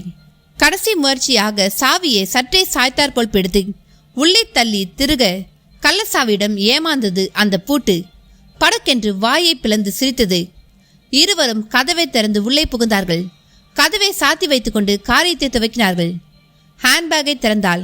ஹேண்ட்பேக்கிலிருந்து அவைகளை வெளியே எடுத்தாள். எடுத்தவற்றை மற்றொருத்தி மேஜை, அலமாரி, கட்டில் என்று சகல இடங்களிலும் பரப்பி வைத்தாள். சரியாய் 10 நிமிஷம். அறையை விட்டு வெளியே வந்தார்கள் இருவரும். அறையை பூட்டினார்கள். அப்பாவித்தனமாய் ஹாஸ்டலை விட்டு வெளியே வந்தார்கள். அத்தியாயம் 11. சரியாய் அரை மணி நேரத்தில் அட்டக்கட்டியை நெருங்கிக் கொண்டிருந்தார்கள். மாருதி ஆம்னிவன் ஐஸ் கட்டி போல மலைப்பாதியில் மேல் நோக்கி வழுக்கியது. அந்த மூக்கு கண்ணாடியை டேஷ்போர்டில் போட்டுவிட்டு மலை சரிவுகளிலும் உயர்ந்த மரங்களிடமும் விரித்த பூச்செடிகளிலும் அந்நியத்தனமான வண்ண பறவைகளிடமும் மனதை பறிகொடுத்தார்கள் அவர்கள். சரண்யா கேட்டாள், மோகன், நாம மங்கி ஃபால்ஸை கிராஸ் பண்ணி வந்துட்டோமே? ஆமாம், மங்கி ஃபால்ஸ் நாம வந்த வழியில் தான் இருக்கு. அட்டகட்டி கெஸ்ட் ஹவுஸ்ல திங்ஸை வச்சுட்டு அப்புறமா திரும்பி வரலாம். மோகன் சொல்றது சரி. கெஸ்ட் ஹவுஸ்க்கு போய் ஸ்விம்மிங் ட்ரெஸ்ஸை மட்டும் எடுத்துக்கிட்டு ஃபால்ஸுக்கு போகலாம். இல்லைன்னா ஃபால்ஸ் கிட்ட எல்லோரோட சுர்க்கேஸையும் கடை விரிச்சிட்டு இருக்கணும். மங்கி ஃபால்ஸ் தவிர வேற என்ன இருக்கு இந்த ஏரியாவில்? காடம்பாறை டேம், பாலாஜி கோவில். கெஸ்ட் ஹவுஸ்க்கு இன்னும் ரொம்ப தூரம் போகணுமா? இதோ வந்தாச்சு. வீடுகள் தெரிந்தன. கூரை வீடுகள், தகரம் அடித்த தடுப்பு சுவர்கள், புகைப்பிடிக்கும் பாய்லர்களுடன் டீக்கடைகள், பெஞ்சுகளில் தலைக்கு மஃப்ளர் சுற்றிய ஆசாமிகள், கோஷ்டி கோஷ்டியாய் மரங்களில் தாவி கொண்டிருக்கும் குரங்குகள். அந்த சின்ன ஊருக்குள் 1/2 கிலோமீட்டர் ஓடிய ஆம்னிவன் அந்த பங்களாத்தனமான கெஸ்ட் ஹவுஸின் முன்னால் என்ஜின் இயக்கத்தை காணாமல் போக்கியது. கெஸ்ட் ஹவுஸ் வெளிப்புற தோற்றம் ரொம்ப அருமையாயிருக்கு. மோகன், இந்த கெஸ்ட் ஹவுஸ் யாரோடதுன்னு சொன்னீங்க? என் காலேஜ் நண்பனோடது. பேரு பார்த்திபன். எங்கிருக்கார்? ஊட்டி. இங்கே எதுக்கு இவ்வளோ பெரிய கெஸ்ட் ஹவுஸ்? அவனுக்கு சொந்தமான டீ எஸ்டேட் இங்கேயும் இருக்கு. அந்த எஸ்டேட்டின் கணக்கு வழக்குகளை சரிபார்க்க வருடத்தில் 2 தடவை இங்கே வருவான். வர்றப்ப தங்கறதுக்காக இந்த கெஸ்ட் ஹவுஸ். கெஸ்ட் ஹவுஸை யார் பார்த்துக்கிறாங்க? அதோ அந்த சின்ன தகர வீட்டிலிருந்து ஒரு ஆள் வரானே, அவன் தான் வாட்ச்மேன். நம்ம காரை பார்த்ததும் ஓடி வரான். சாவி அவன்கிட்ட தான் இருக்கா? என்கிட்ட இருக்கு. முதல்ல வாட்ச்மேன் கிட்ட தான் கொடுத்து வச்சிருந்தாங்க. இவன் வரவங்க போறவங்களுக்கெல்லாம் வாடகை விடுறது தெரிஞ்சதும் சாவியை அவன்கிட்ட இருந்து வாங்கி வச்சிட்டாங்க. ஓடி வந்த வாட்ச்மேன் மோகனை ஏற்கனவே அடையாளம் தெரிந்தவனாய் கரைபொருட்கள் தெரிய சிரித்தான். வணக்கம் சாமி. என்னடா நல்லா இருக்கியா? இருக்கேன் சாமி. பின்புற டிக்கியை சாவி போட்டு திறந்தான். சூட்கேஸை எல்லாம் எடுத்து உள்ளே வை. அப்புறமா வந்து கெஸ்ட் ஹவுஸை சுத்தம் பண்ணிடு. வாட்ச்மேன் தலையாட்டினான். சரிங்க சாமி. அவன் காரிலிருந்து சூட்கேஸை எடுத்துக்கொண்டிருக்க மோகன் கெஸ்ட் ஹவுஸ் சாவியை சரண்யாவிடம் வீசினான். சரண்யாவும் மற்றவர்களும் கெஸ்ட் ஹவுஸின் முகப்பு கதவை நெருங்கி கதவின் லாக்கை விடுத்து உள்ளே நுழைந்தார்கள். சின்ன வரவேற்பறை சோஃபாக்களுடன் தெரிந்தது. போஸ்டரில் வெல்கம் சொல்லி புன்னைக்குடன் வணங்கினாள் ஒரு ஆளுயர தேவதை. டீப்பாய் மேல் பழைய நாளிதழ் ஒன்று தூசி படிந்து கிடந்தது. அருகில் ஒரு ஃப்ளவர் வாஸ் வாடின பூக்களுடன் உட்கார்ந்திருந்தது. சரண்யாவும் சோபனாவும் நாளிதழை தூசி தட்டி பிரித்து பார்த்து கொண்டிருக்க அர்ச்சனா வரவேற்பறையை அடுத்து இருந்த ஹாலின் கதவை திறந்து உள்ளே போனாள். பரந்த ஹால், வளைந்த சுவர்களும் ஜன்னல் அலங்காரங்களும் சற்றே பழமையான தோற்றத்தை கொடுத்தது. அர்ச்சனா ஹாலின் அந்த பழமைத்தனத்தை ரசித்தபடியே அடுத்த அடி எடுத்து வைக்க இருந்தவள் சட்டென்று அப்படியே நின்றுவிட்டாள். அங்கே ஒரு மெழுகுவர்த்தி சற்று முன்னர் தான் ஏற்றி வைக்கப்பட்ட மாதிரி ஆடாமல் அசையாமல் எரிந்து கொண்டிருந்தது. அத்தியாயம் 12. பிரின்சிபல் PA மேஜையில் வைத்துவிட்டு போன அன்றைய தபால்களை பார்வையிட்டார். சில லெட்டர்ஸ்களை PAவை படித்து சாராம்சத்தை மட்டும் ஓரமாக கிறுக்கி வைத்திருந்தார். அவற்றுக்கிடையே பர்சனல் என்று சிவப்பு இங்கில் எழுதி அடிக்கோடியிடப்பட்ட அந்த கடிதத்தை பிரிக்காமல் வைத்திருந்தார் PA. பிரின்சிபல் அந்த கவரை எடுத்தார். 2 அட்ரஸ் மட்டுமே இருந்தது. கவரின் வாயை உடைத்து உள்ளே இருந்த மடிக்கப்பட்ட தாளை வெளியே எடுத்தார். குண்டு குண்டான கையெழுத்து தெளிவாக ஓடியிருந்தது. மதிப்பிற்குரிய பிரின்சிபால் அவர்களுக்கு நேருக்கு நேர் நின்று சில விஷயங்களை தெரிவிக்க கூச்சப்படும் தங்கள் மாணவிகள் எழுதி கொள்ளும் கடிதம். நமது ஹாஸ்டல் வார்டன் சாந்தமேரி அவர்களுக்கு கூடிய விரைவில் திருமண ஏற்பாட்டை தாங்கள் செய்து வைக்குமாறு பணிவுடன் கேட்டுக்கொள்கிறோம். திருமணம் அவரது சொந்த விஷயம் என்று தயவு செய்து யோசிக்க வேண்டாம். ஏனென்றால் அவரது திருமணம் ஹாஸ்டல் மாணவிகளின் பொது பிரச்சினை. அவருக்கு திருமணம் நடக்காத வரை அவரின் செக்ஸ் இச்சைக்கு பலியாவது அப்பாவி ஹாஸ்டல் மாணவிகள் தான். இரவு நேரங்களில் மாணவிகளை மிரட்டி அறைக்குள் அழைத்து அவர் செய்யும் ஆபாசமான பலாத்காரம் பற்றி வெளியே சொல்ல இயலாமல் எத்தனையோ மாணவிகள் மனதுக்குள் அழுகிறார்கள். அவர் அறைக்குள் இருக்கும் ஆபாச புத்தகங்களும் ப்ளூ பிலிம் கேசட்டுகளும் செக்ஸ் ஆசையை தீர்க்கும் கருவிகளுமே எங்களின் கூக்குரலுக்கு சாட்சிகளாகும்.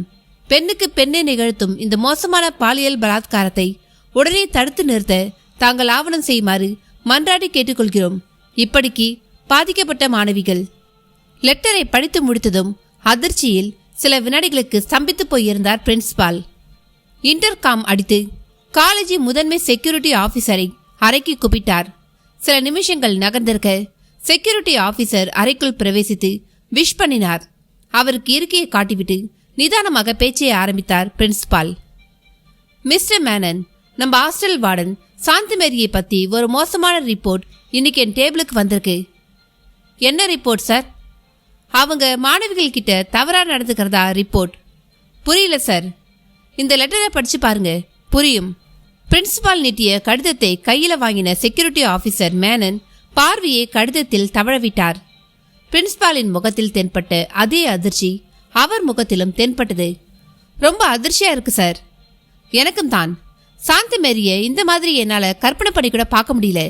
ஒருத்தரின் சாதாரண நடத்தையை வச்சு அவங்களோட அந்தரங்க வாழ்க்கை முறையை நம்மால தீர்மானிக்க முடியாது சார். இருந்தாலும் இந்த ரிப்போர்ட்ல எந்த அளவுக்கு நிஜம் இருக்குன்னு என்னால முடிவு பண்ண முடியல. காரணம், இது ஒரு மொட்டை கடிதம். பிரின்சிபால் மறுத்தார். நோ மேனன், மொட்டை கடிதம் என்றதுனால இதை ஒதுக்கி வச்சிட முடியாது. ஏன்னா விஷயம் அந்த மாதிரி. இந்த மாதிரி விஷயத்த நேரடியா யாராலையும் ரிப்போர்ட் பண்ண முடியாது. சோ இது நிஜமா இல்லையாங்கிறத கண்டறிய வேண்டிய உரிமை நமக்கு இருக்கு. அது ஒன்றும் கஷ்டமான காரியம் இல்லை சார். முன்னறிவிப்பு இல்லாம அவங்க அறிய சோதனை போட்டா உண்மை தெரிஞ்சிடும். அது தப்பு. சப்போஸ் சாந்தமேரி நிரபராதியா இருந்தா அவங்கள அவமதிச்ச மாதிரி ஆயிடும். அப்படின்னா பிராங்கா அவங்க கிட்ட விஷயத்தை சொல்லுவோம், அவங்களையும் கூட வச்சுக்கிட்டே அறையை பார்ப்போம். மேனன் தலையசித்தார். நீங்க சொல்றதும் சரிதான் சார். இன்டர்காம் அடித்து சாந்தமேரியை வரவழைத்தார்கள். லெட்டரை படித்துவிட்டு சாந்தமேரி சிரித்தாள். ஒரு ஸ்ட்ரிக்டான ஹாஸ்டல் வார்டனுக்கு இந்த மாதிரி மொட்டை கடிதம் வரதுல அதிசயம் எதுவும் இல்லை. பிரின்சிபால் மெல்ல சொன்னார். ரிப்போர்ட் மாணவி மேல வந்தாலும் சரி, ஆசிரியர் மேல வந்தாலும் சரி, உண்மையா பொய்யான்னு ஆராய்ச்சி நடவடிக்கை எடுக்க வேண்டியது காலேஜ் பிரின்சிபாலின் கடமை. சாந்தமேரி மேலும் புன்னகைத்தாள். புரியுது சார். இது சம்பந்தமா நீங்க எடுக்க போற நடவடிக்கைகளுக்கு நான் முழு ஒத்துழைப்பு தரேன். தேங்க்ஸ். உங்க ரூம் சாவி வேணும். சம்பிரதாயமா உங்க ரூமை பார்க்க விரும்புகிறோம். Sure sir. சொல்லிக்கொண்டே சாவியை நீட்டினாள் சாந்தமேரி. ஹாஸ்டல் வார்டனின் ரூமை நோக்கி போனார்கள். நடக்க நடக்க சாந்தமேரி லேசான கோபத்துடன் சொன்னாள். கழுதிங்க, எவ்வளோ திமிர் இருந்தா என் மேல இவ்வளவு அபாண்டமாகவும் அசிங்கமாகவும் பழியை போட்டு லெட்டர் எழுதுவாங்க. ரொம்ப மோசம் சார். இப்போ உள்ள பொண்ணுங்க, என் சர்வீஸ்லேயே இவ்வளோ மோசமான கேர்ள்ஸை இது வரைக்கும் நான் பார்த்ததில்ல. பிரின்சிபாலுக்கும் செக்யூரிட்டி ஆஃபீஸருக்கும் அவளுக்கு பதில் சொல்ல தோன்றவில்லை. மௌனமாக நடந்தார்கள். நீளமான சிமெண்ட் பலகைகள் பதித்த வராந்தாவில் 2 நிமிஷ நடை. சாந்தமேரியின் அறை வந்தது. பூட்டிய கதவுக்கு முன்பாக நின்றார்கள். சாந்தமேரி செக்யூரிட்டி ஆஃபீஸரை பார்த்து புன்னகைத்தாள். Mister Menon, release the lock. Don't hesitate. Menon கையில் இருந்த சாவியால் பூட்டுக்கு விடுதலை கொடுத்து கதவை தள்ளினார். அது விலகிக்கொள்ள உள்ளே நுழைந்தார்கள். அறை பளிச்சென்று இருந்தது. எந்த பொருளிலும் துளி தூசி இல்லை. கசங்காத படுக்கை, அதன் மேல் விரித்து போட்ட பெட் ஸ்ப்ரெட், பச்சை பெயிண்ட் அடித்த அலமாரியில் வரிசையாய் புத்தகங்கள், கண்ணாடி சதுரம் பதித்த மேஜை, உரையிடப்பட்ட டிவி, விசிஆர். மேனன் புத்தகங்களின் மேல் பார்வையை போட்டார். Fundamentals of nuclear physics, modern power plans, atomic science, the man and solar energy. கனம் கனமான இந்த புத்தகங்களுக்கு நடுவே ஆர்ட் பேப்பர் அட்டையோடு அந்த புத்தகம் சற்றே வித்தியாசமாக தெரிய அதை மேனன் எடுத்தார். பார்வை மேல் போக திருக்கிட்டார். இரவு நேர இம்சைகள். அதற்கு பக்கத்திலேயே தி பாடி என்ற ஆங்கில தலைப்போடு ஒரு தடிமனான புத்தகம். பிரின்சிபால் அதை எடுத்து பிரிக்க உள்ளே அப்பட்டமான ஆண் பெண் உறவு படங்கள். புத்தகத்தை அதிர்ச்சியோடு மூடியவர் சாந்தமேரியை கோபமாக ஏறிட்டார். What is this? Sir, I don't know anything. பேச முயன்றவளை இடைமறித்த மேனன் அலமாரியின் புத்தகங்களுக்கு பின்னால் மறைத்து வைக்கப்பட்டிருந்த ஒரு வீடியோ கேசட்டை எடுத்து நீட்டினார். Please read this cassette title. Santhamary பார்த்தாள். Honey cup. அது ஒரு ப்ளூ ஃபிலிம் வீடியோ கேசட். இடிந்தாள். அத்தியாயம் 13. சரண்யா. அர்ச்சனாவின் கத்தலை கேட்டு ராதா, சோபனா, சரண்யா 3 பேரும் ஹாலுக்குள் நுழைந்தார்கள். அவர்களுக்கு பின்னாலேயே மோகனும் வாட்ச்மேனும் வந்து சேர்ந்தார்கள். என்னடி, என்னாச்சு? அர்ச்சனா தன் நடுங்கும் ஆட்காட்டி விரலை அந்த மெழுகுவர்த்தியை நோக்கி நீட்டினாள். அங்க யாரு? எரிய மெழுகுவர்த்தியை பார்வையில் வாங்கியவரின் புருவங்கள் உயர்ந்தன. பூட்டியிருந்த பங்களாவுக்குள் யார் வந்து மெழுகுவர்த்தியை ஏற்றியது? மோகன் வாட்ச்மேனை பார்த்தான். இந்த கெஸ்ட் ஹவுஸை கடைசியில எப்ப திறந்தாங்க? 2 மாசத்துக்கு முந்தி ஐயா வந்துட்டு போனார் சாமி. அன்னைக்கு வந்தவர் சாவிய கையோடு கொண்டு போயிட்டார். அதுக்கப்புறம் இப்ப நீங்க தான் வந்து திறக்கிறீங்க. ஆடாமல் அசையாமல் எரிந்து கொண்டிருந்த அந்த சிறிய மெழுகுவர்த்தியை எல்லோரும் பயமாய் பார்த்தார்கள். பற்ற வைத்தால் 10 நிமிஷத்தில் உருகி போய்விடக்கூடிய சைஸில் இருந்த அது 2 மாசமாய் உள்ளே எரிந்து கொண்டிருக்க வாய்ப்பில்லை. மோகன் அந்த மெழுகுவர்த்தியை நெருங்கி பார்த்ததும் அவனுடைய உதடுகளில் ஒரு புன்னகை தொற்றிக்கொண்டது. அந்த 4 வரியும் ஏறிட்டான். நாம் எல்லோருமே ஏமாந்துட்டோமா? எஸ், இது மெழுகுவர்த்தியே கிடையாது. பின்ன 4 பேரும் பக்கத்தில் வந்தார்கள். மோகன் சிரித்தபடியே சொன்னான், தொட்டு பாருங்க. பார்த்தார்கள். மெழுகுவர்த்தியின் நிறத்தில் மெழுகுவர்த்தி மாதிரியே வடிவமைத்து செய்யப்பட்ட நைட் லேம்ப். அது சுடரை தொட்டு பார்த்தார்கள்.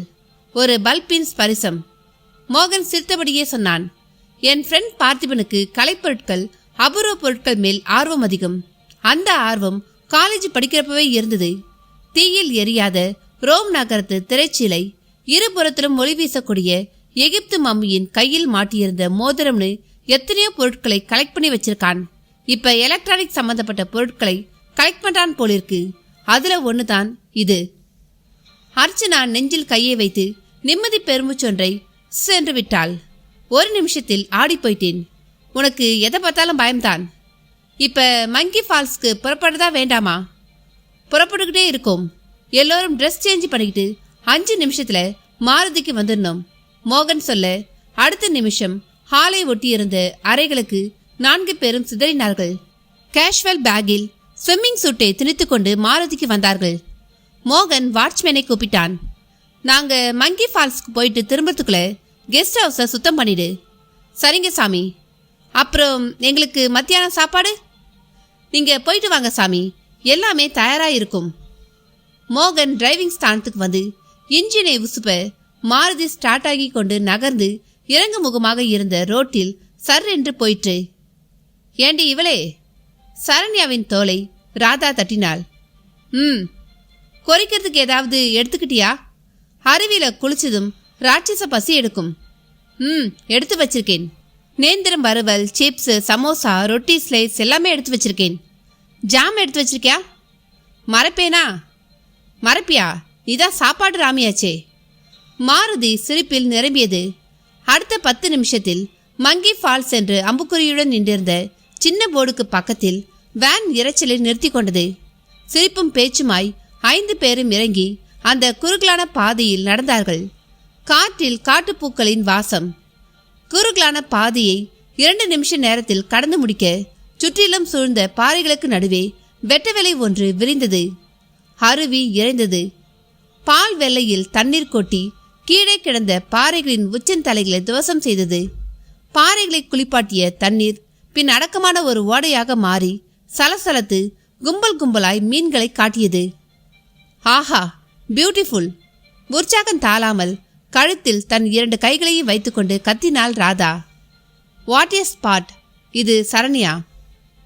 உலகத்தை விட்டுட்டு ஏதோ ஒரு சொர்க்கத்துக்கு வந்துட்ட மாதிரி இருக்கு. இவ்வளோ அழகான இடங்களை விட்டுட்டு கான்கிரீட் கட்டிடங்களுக்கு மத்தியில வாழ இந்த மனுஷங்களுக்கு எப்படிதான் மனசு வருதோ? யாரும் அந்த தத்துவவாதி? மோகன் கிண்டல் அடிக்க அருவியின் இறைச்சலையும் மீறியது சிரிப்பு சத்தம். குளிக்கலாமா? தோல் பைகளின் ஜிப்கள் விரிக்கப்பட்டு ஸ்விம்மிங் சூட்டுகள் வெளிப்பட்டன. மரங்களின் மறைவுக்கு போய் அதற்குள் நுழைந்தார்கள். ஓடிப்போய் கொட்டுக்கிற அருவி நீருக்கு தங்களுடைய உடம்புகளை கொடுத்தார்கள். மாடி, ஃப்ரிட்ஜுக்குள்ள நுழைஞ்ச மாதிரி இவ்வளோ சில்லுன்னு இருக்கே. இப்ப அப்படிதான் இருக்கும். ஒரு 5 நிமிஷத்துக்கு அப்புறம் உடம்பு கதகதன்னு ஆயிரும். டி சரண்யா, இங்கே தண்ணி ஆழம் ஜாஸ்தி. மேலே இருந்து டைவ் அடிக்கலாமா? சோபனா கேட்டாள். வேண்டாண்டி, பயமா இருக்கு. என்னடி பயம்? ஸ்விம்மிங் பூல்ல டைவ் அடிக்கல? அது வேற இது வேற கிடையாது, எல்லாம் ஒண்ணுதான். வாடி.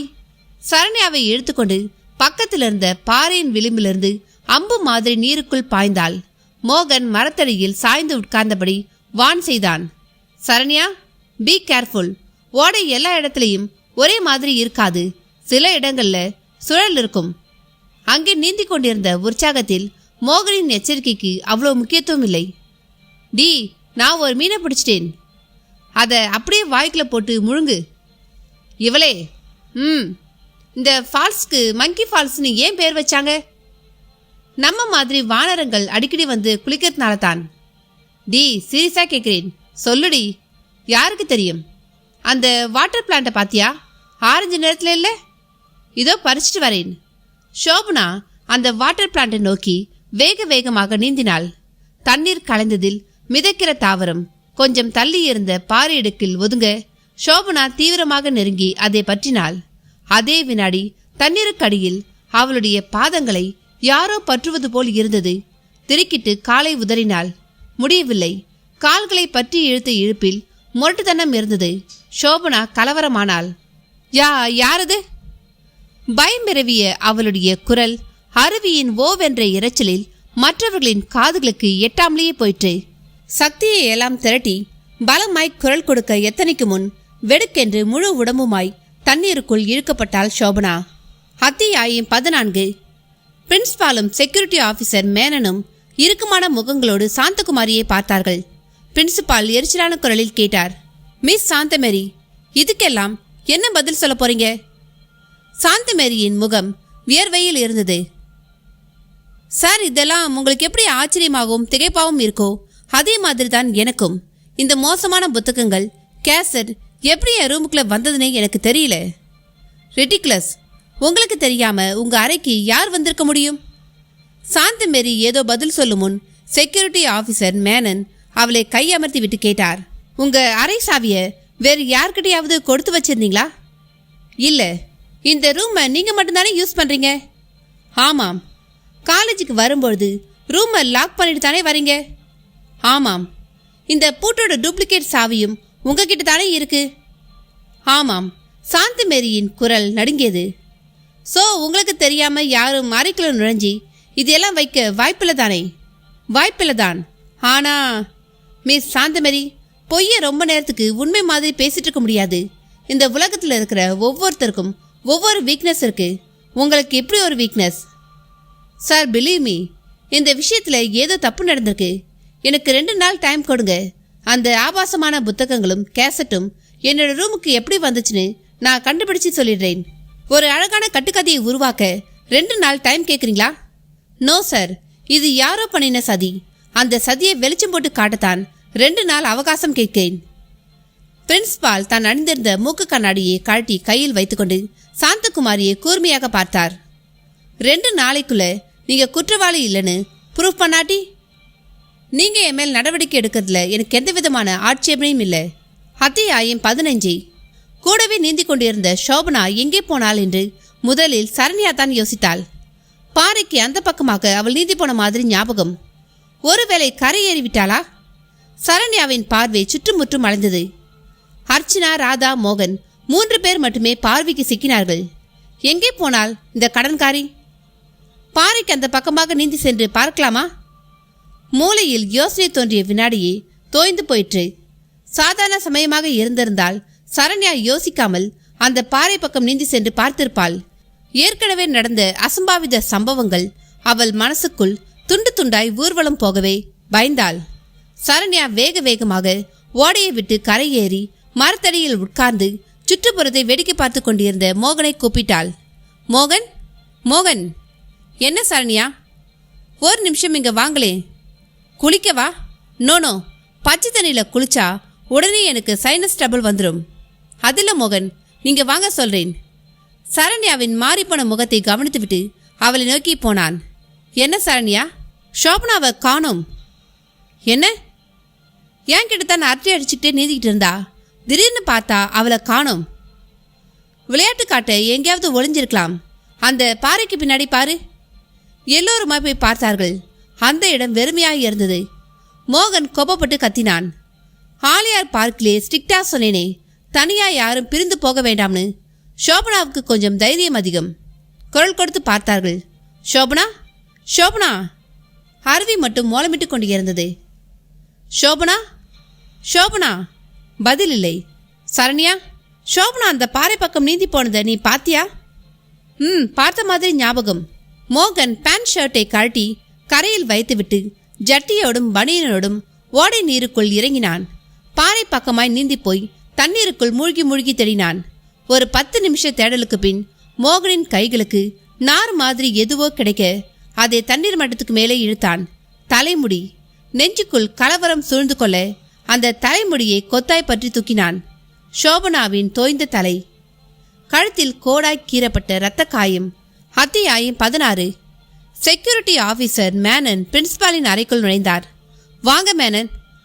மேனன் உட்கார்ந்து கொண்டே சொன்னார். சாந்தமேரி கேட்டிருந்த 2 நாள் கெடு 11 மணியோடு முடிஞ்சிருச்சு சார். அவங்க கிட்ட இருந்து ஏதாவது தகவல் வந்ததா? Not yet.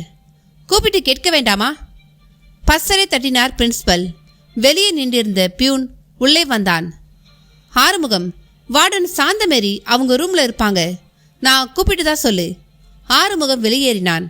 ஹாஸ்டல் வராந்தாவின் நடைபாதையில் நடந்து ஹாஸ்டலின் மையப்பகுதியில் இருந்த சாந்தமேரியின் அறைக்கு முன்பாக வந்து நின்றான். சாத்தி இருந்த கதவை தட்டினான். அம்மா, அம்மா. உள்ளே இருந்து வரும் பதிலுக்காக மறுபடியும் கதவை தட்டினான். அம்மா, அம்மா. மௌனம். கதவை தாழ்பால் போட்டுக்கிட்டு இந்நேரத்துக்கு என்ன பண்றாங்க? ஆறுமுகம் யோசித்தபடியே அறையின் பக்கவாட்டு ஜன்னலுக்கு போய் அதன் கதவை திறந்து மெல்ல எட்டி பார்த்தான். சாந்தமேரி தூக்கில் தொங்கிக் கொண்டிருந்தாள். அத்தியாயம் 17. சோபனாவின் உடல் ஒரு சேலையால் போர்த்தப்பட்டு ஓடைக்கரையிலேயே கிடக்க ஆலியார் அணைக்கட்டு சப் இன்ஸ்பெக்டர் மோகனை விசாரித்துக் கொண்டிருந்தார். ராதா, அர்ச்சனா, சரண்யா 3 பேரும் அழுது அழுது களைத்து போய் சோபனா உடல் அருகே உட்கார்ந்திருந்தார்கள். அந்த பொண்ணு எந்த college? Coimbatore new arts college. உங்களுக்கும் அந்த பொண்ணுக்கும் என்ன சம்பந்தம்? சார், நான் கொங்கு ஆர்ட்ஸ் காலேஜில் MA ஸ்டூடெண்ட். அந்த பெண்களில் ஒருத்தியான சரண்யாவை காதலிக்கிறேன். சரண்யா மூலயமா அவங்க 3 பேரும் ஃப்ரெண்ட்ஸ் ஆனாங்க. 3 பேருமே என்கிட்ட ஜோவியலாக பழகுவாங்க. எங்கேயாவது பிக்னிக் டூர்னு ஜாலியாக கிளம்பும்பொழுது நானும் அவங்க கூட ஜாயின் பண்ணுவேன். உங்களுக்கு சொந்த ஊர் எது? கோயம்புத்தூர் தான் சார். என்னோட ஃபாதர் ஒரு மில் ஓனர், பேரு பூபதி ராஜன். அந்த மில்லில் நானும் ஒரு பார்ட்னர். நீங்கள் அந்த ஃபால்ஸ்க்கு வரும்பொழுது வேற யாராவது இருந்தாங்களா? இல்லை சார். நீங்கள் அங்கே வந்து எவ்வளோ நேரம் இருக்கும்? கிட்டத்தட்ட 1 மணி நேரம். அந்த 1 மணி நேரமும் யாரும் வரலையா? இல்லை சார். சப் இன்ஸ்பெக்டர் சோபனாவின் இறந்த உடல் மேல் பார்வையை போட்டுவிட்டு மோகனை ஏறிட்டார். சோபனா கழுத்தில் இருக்கிற இரத்த காயத்தை பார்க்கும் பொழுது அவரை யாரோ தண்ணிக்குள்ளே இழுத்து கத்தி மாதிரியான ஏதோ ஒரு ஆயுதத்தால கழுத்தை ஆழமா கீறி இருக்காங்க. காரியத்தை முடிச்சுட்டு தண்ணிக்குள்ளேயே மூச்சை பிடிச்சு நீந்தி கரைக்கு அந்த பக்கமாக ஏறி போயிருப்பாங்கன்னு நினைக்கிறேன். என்னோட நினைப்பும் அதுதான் சார். சப் இன்ஸ்பெக்டரோடு வந்திருந்த 2 கான்ஸ்டபிள்கள் பாறைக்கு அந்த பக்கமாக இருந்த நிலப்பரப்பையும் காட்டு பக்கமாய் பார்த்துவிட்டு தண்ணீரில் நீந்தி கரையேறி வந்தார்கள். எஸ்ஐ கேட்டார். என்ன, யாராவது கண்ணுக்கு சிக்கினாங்களா? யாரும் தட்டுப்படல சார். ஆட்டை மேய்க்கிற பசங்க தான் கிடைச்சாங்க. அவங்களை விசாரிக்க வேண்டியது தானே? விசாரிச்சோம் சார். என்ன சொன்னாங்க? கடந்த 2 மணி நேரத்தில் யாரையுமே இந்த பக்கம் அவங்க பார்க்கலையாம். எஸ்ஐ தலையில் இருந்த தொப்பியை காட்டி கக்கத்தில் வைத்துக்கொண்டே சொன்னார். அந்த பசங்க பார்வைக்கு தட்டுப்படாம கொலையாளி காட்டுப்பகுதிக்குள்ளே மறைஞ்சு போயிருக்கலாம். அநேகமா அந்த ஆள் இந்த ஏரியாவை சேர்ந்தவனாகத்தான் இருக்கணும். சரண்யா தழுதழுத்த குரலோடு எஸ்ஐயை நெருங்கினாள். சார், நாங்கள் கோயம்புத்தூர்லேருந்து கிளம்புறதுக்கு முந்தையே சில மோசமான சிம்டம்ஸ் எங்கள் பார்வைக்கு பட்டது. மோசமான சிம்டம்ஸா? ஆமாம் சார். என் வீட்டு மொட்டை மாடியில் காய போட்டிருந்த கர்ச்சிஃபில் ரத்தக்கரை இருந்தது. எஸ்ஐ திருக்கிட்டார். ரத்தக்கரையா? ஆமாம் சார். எப்படி? அதான் சார் புரியல. கர்ச்சிஃபில் ரத்தக்கரை எப்படி பட்டிருக்கும்னு யோசித்தோம். கடைசியில் ஏதாவது காக்கா எலியை கொத்திட்டு வந்து கர்ச்சிஃபை காய போட்டிருந்த கொடி மேலே உட்கார்ந்து சாப்பிட்டு இருக்கும். அந்த சமயத்தில் ரத்தம் சிதறி பட்டிருக்கும்னு நினச்சி மனசை சமாதானப்படுத்திக்கிட்டோம். அதுக்கப்புறம் ஆழியார் டேம் பார்க்கில் ஒருத்தர் ராதாவை தாக்க பார்த்தான். பார்க்க சுற்றி பார்த்துட்டு வேனுக்கு வந்தோம். வேனுக்குள்ள லேடிஸ் அணிகிற மூக்கு கண்ணாடி இருந்தது. வேன் டோரை 4 பக்கமும் சாத்தி லாக் பண்ணி இருக்கும் பொழுது அந்த மூக்கு கண்ணாடி எப்படி உள்ளே வந்ததுன்னு ஆச்சரியப்பட்டோம். அப்புறம் அந்த மூக்கு கண்ணாடி யாரோடதுன்னு தெரிஞ்சுதா? தெரியல. ஆனா மோகன் ஒரு விளக்கத்தை சொன்னதும் நாங்க சமாதானம் ஆயிட்டோம். என்ன சொன்னார்? அவரோட பிசினஸ் பார்ட்னரின் மதர் நேத்து இந்த வேன்ல டிராவல் பண்ணினாங்களாம். அந்த அம்மாவோட மூக்கு கண்ணாடியா இருக்கலாம்னு மோகன் சொன்னார். அந்த மூக்கு கண்ணாடி இப்ப எங்க இருக்கு? கார்லே தான் இருக்கு. இந்த சம்பவங்களுக்கெல்லாம் யார் காரணமா இருப்பாங்கன்னு நினைக்கிறீங்க? எங்களால யாரையுமே கெஸ் பண்ண முடியல சார். சொன்ன சரண்யா மறுபடியும் குரல் தழுதழுத்து சேலை தலைப்பை வாயில் பொத்திக்கொண்டு அழ ஆரம்பித்தாள். அத்தியாயம் 18. சாந்தமேரியின் மரணம் அன்றைய மாலை தினசரிகளில் இப்படி வெளியாகி நகரை கலக்கியது. தகாத முறையில் நடந்து கொண்ட கல்லூரி பேராசிரியர் தற்கொலை. குட்டு வெளிப்பட்டதால் தூக்கில் தொங்கினாள். இது பற்றி கூறப்படுவதாவது, கோவையில் உள்ள பிரபல கல்லூரியில் உயிரியல் பேராசிரியராக பணிபுரிபவர் சாந்தமேரி, வயது 30. எர்ணாகுளத்தை சேர்ந்த சாந்தமேரிக்கு இன்னமும் திருமணமாகவில்லை.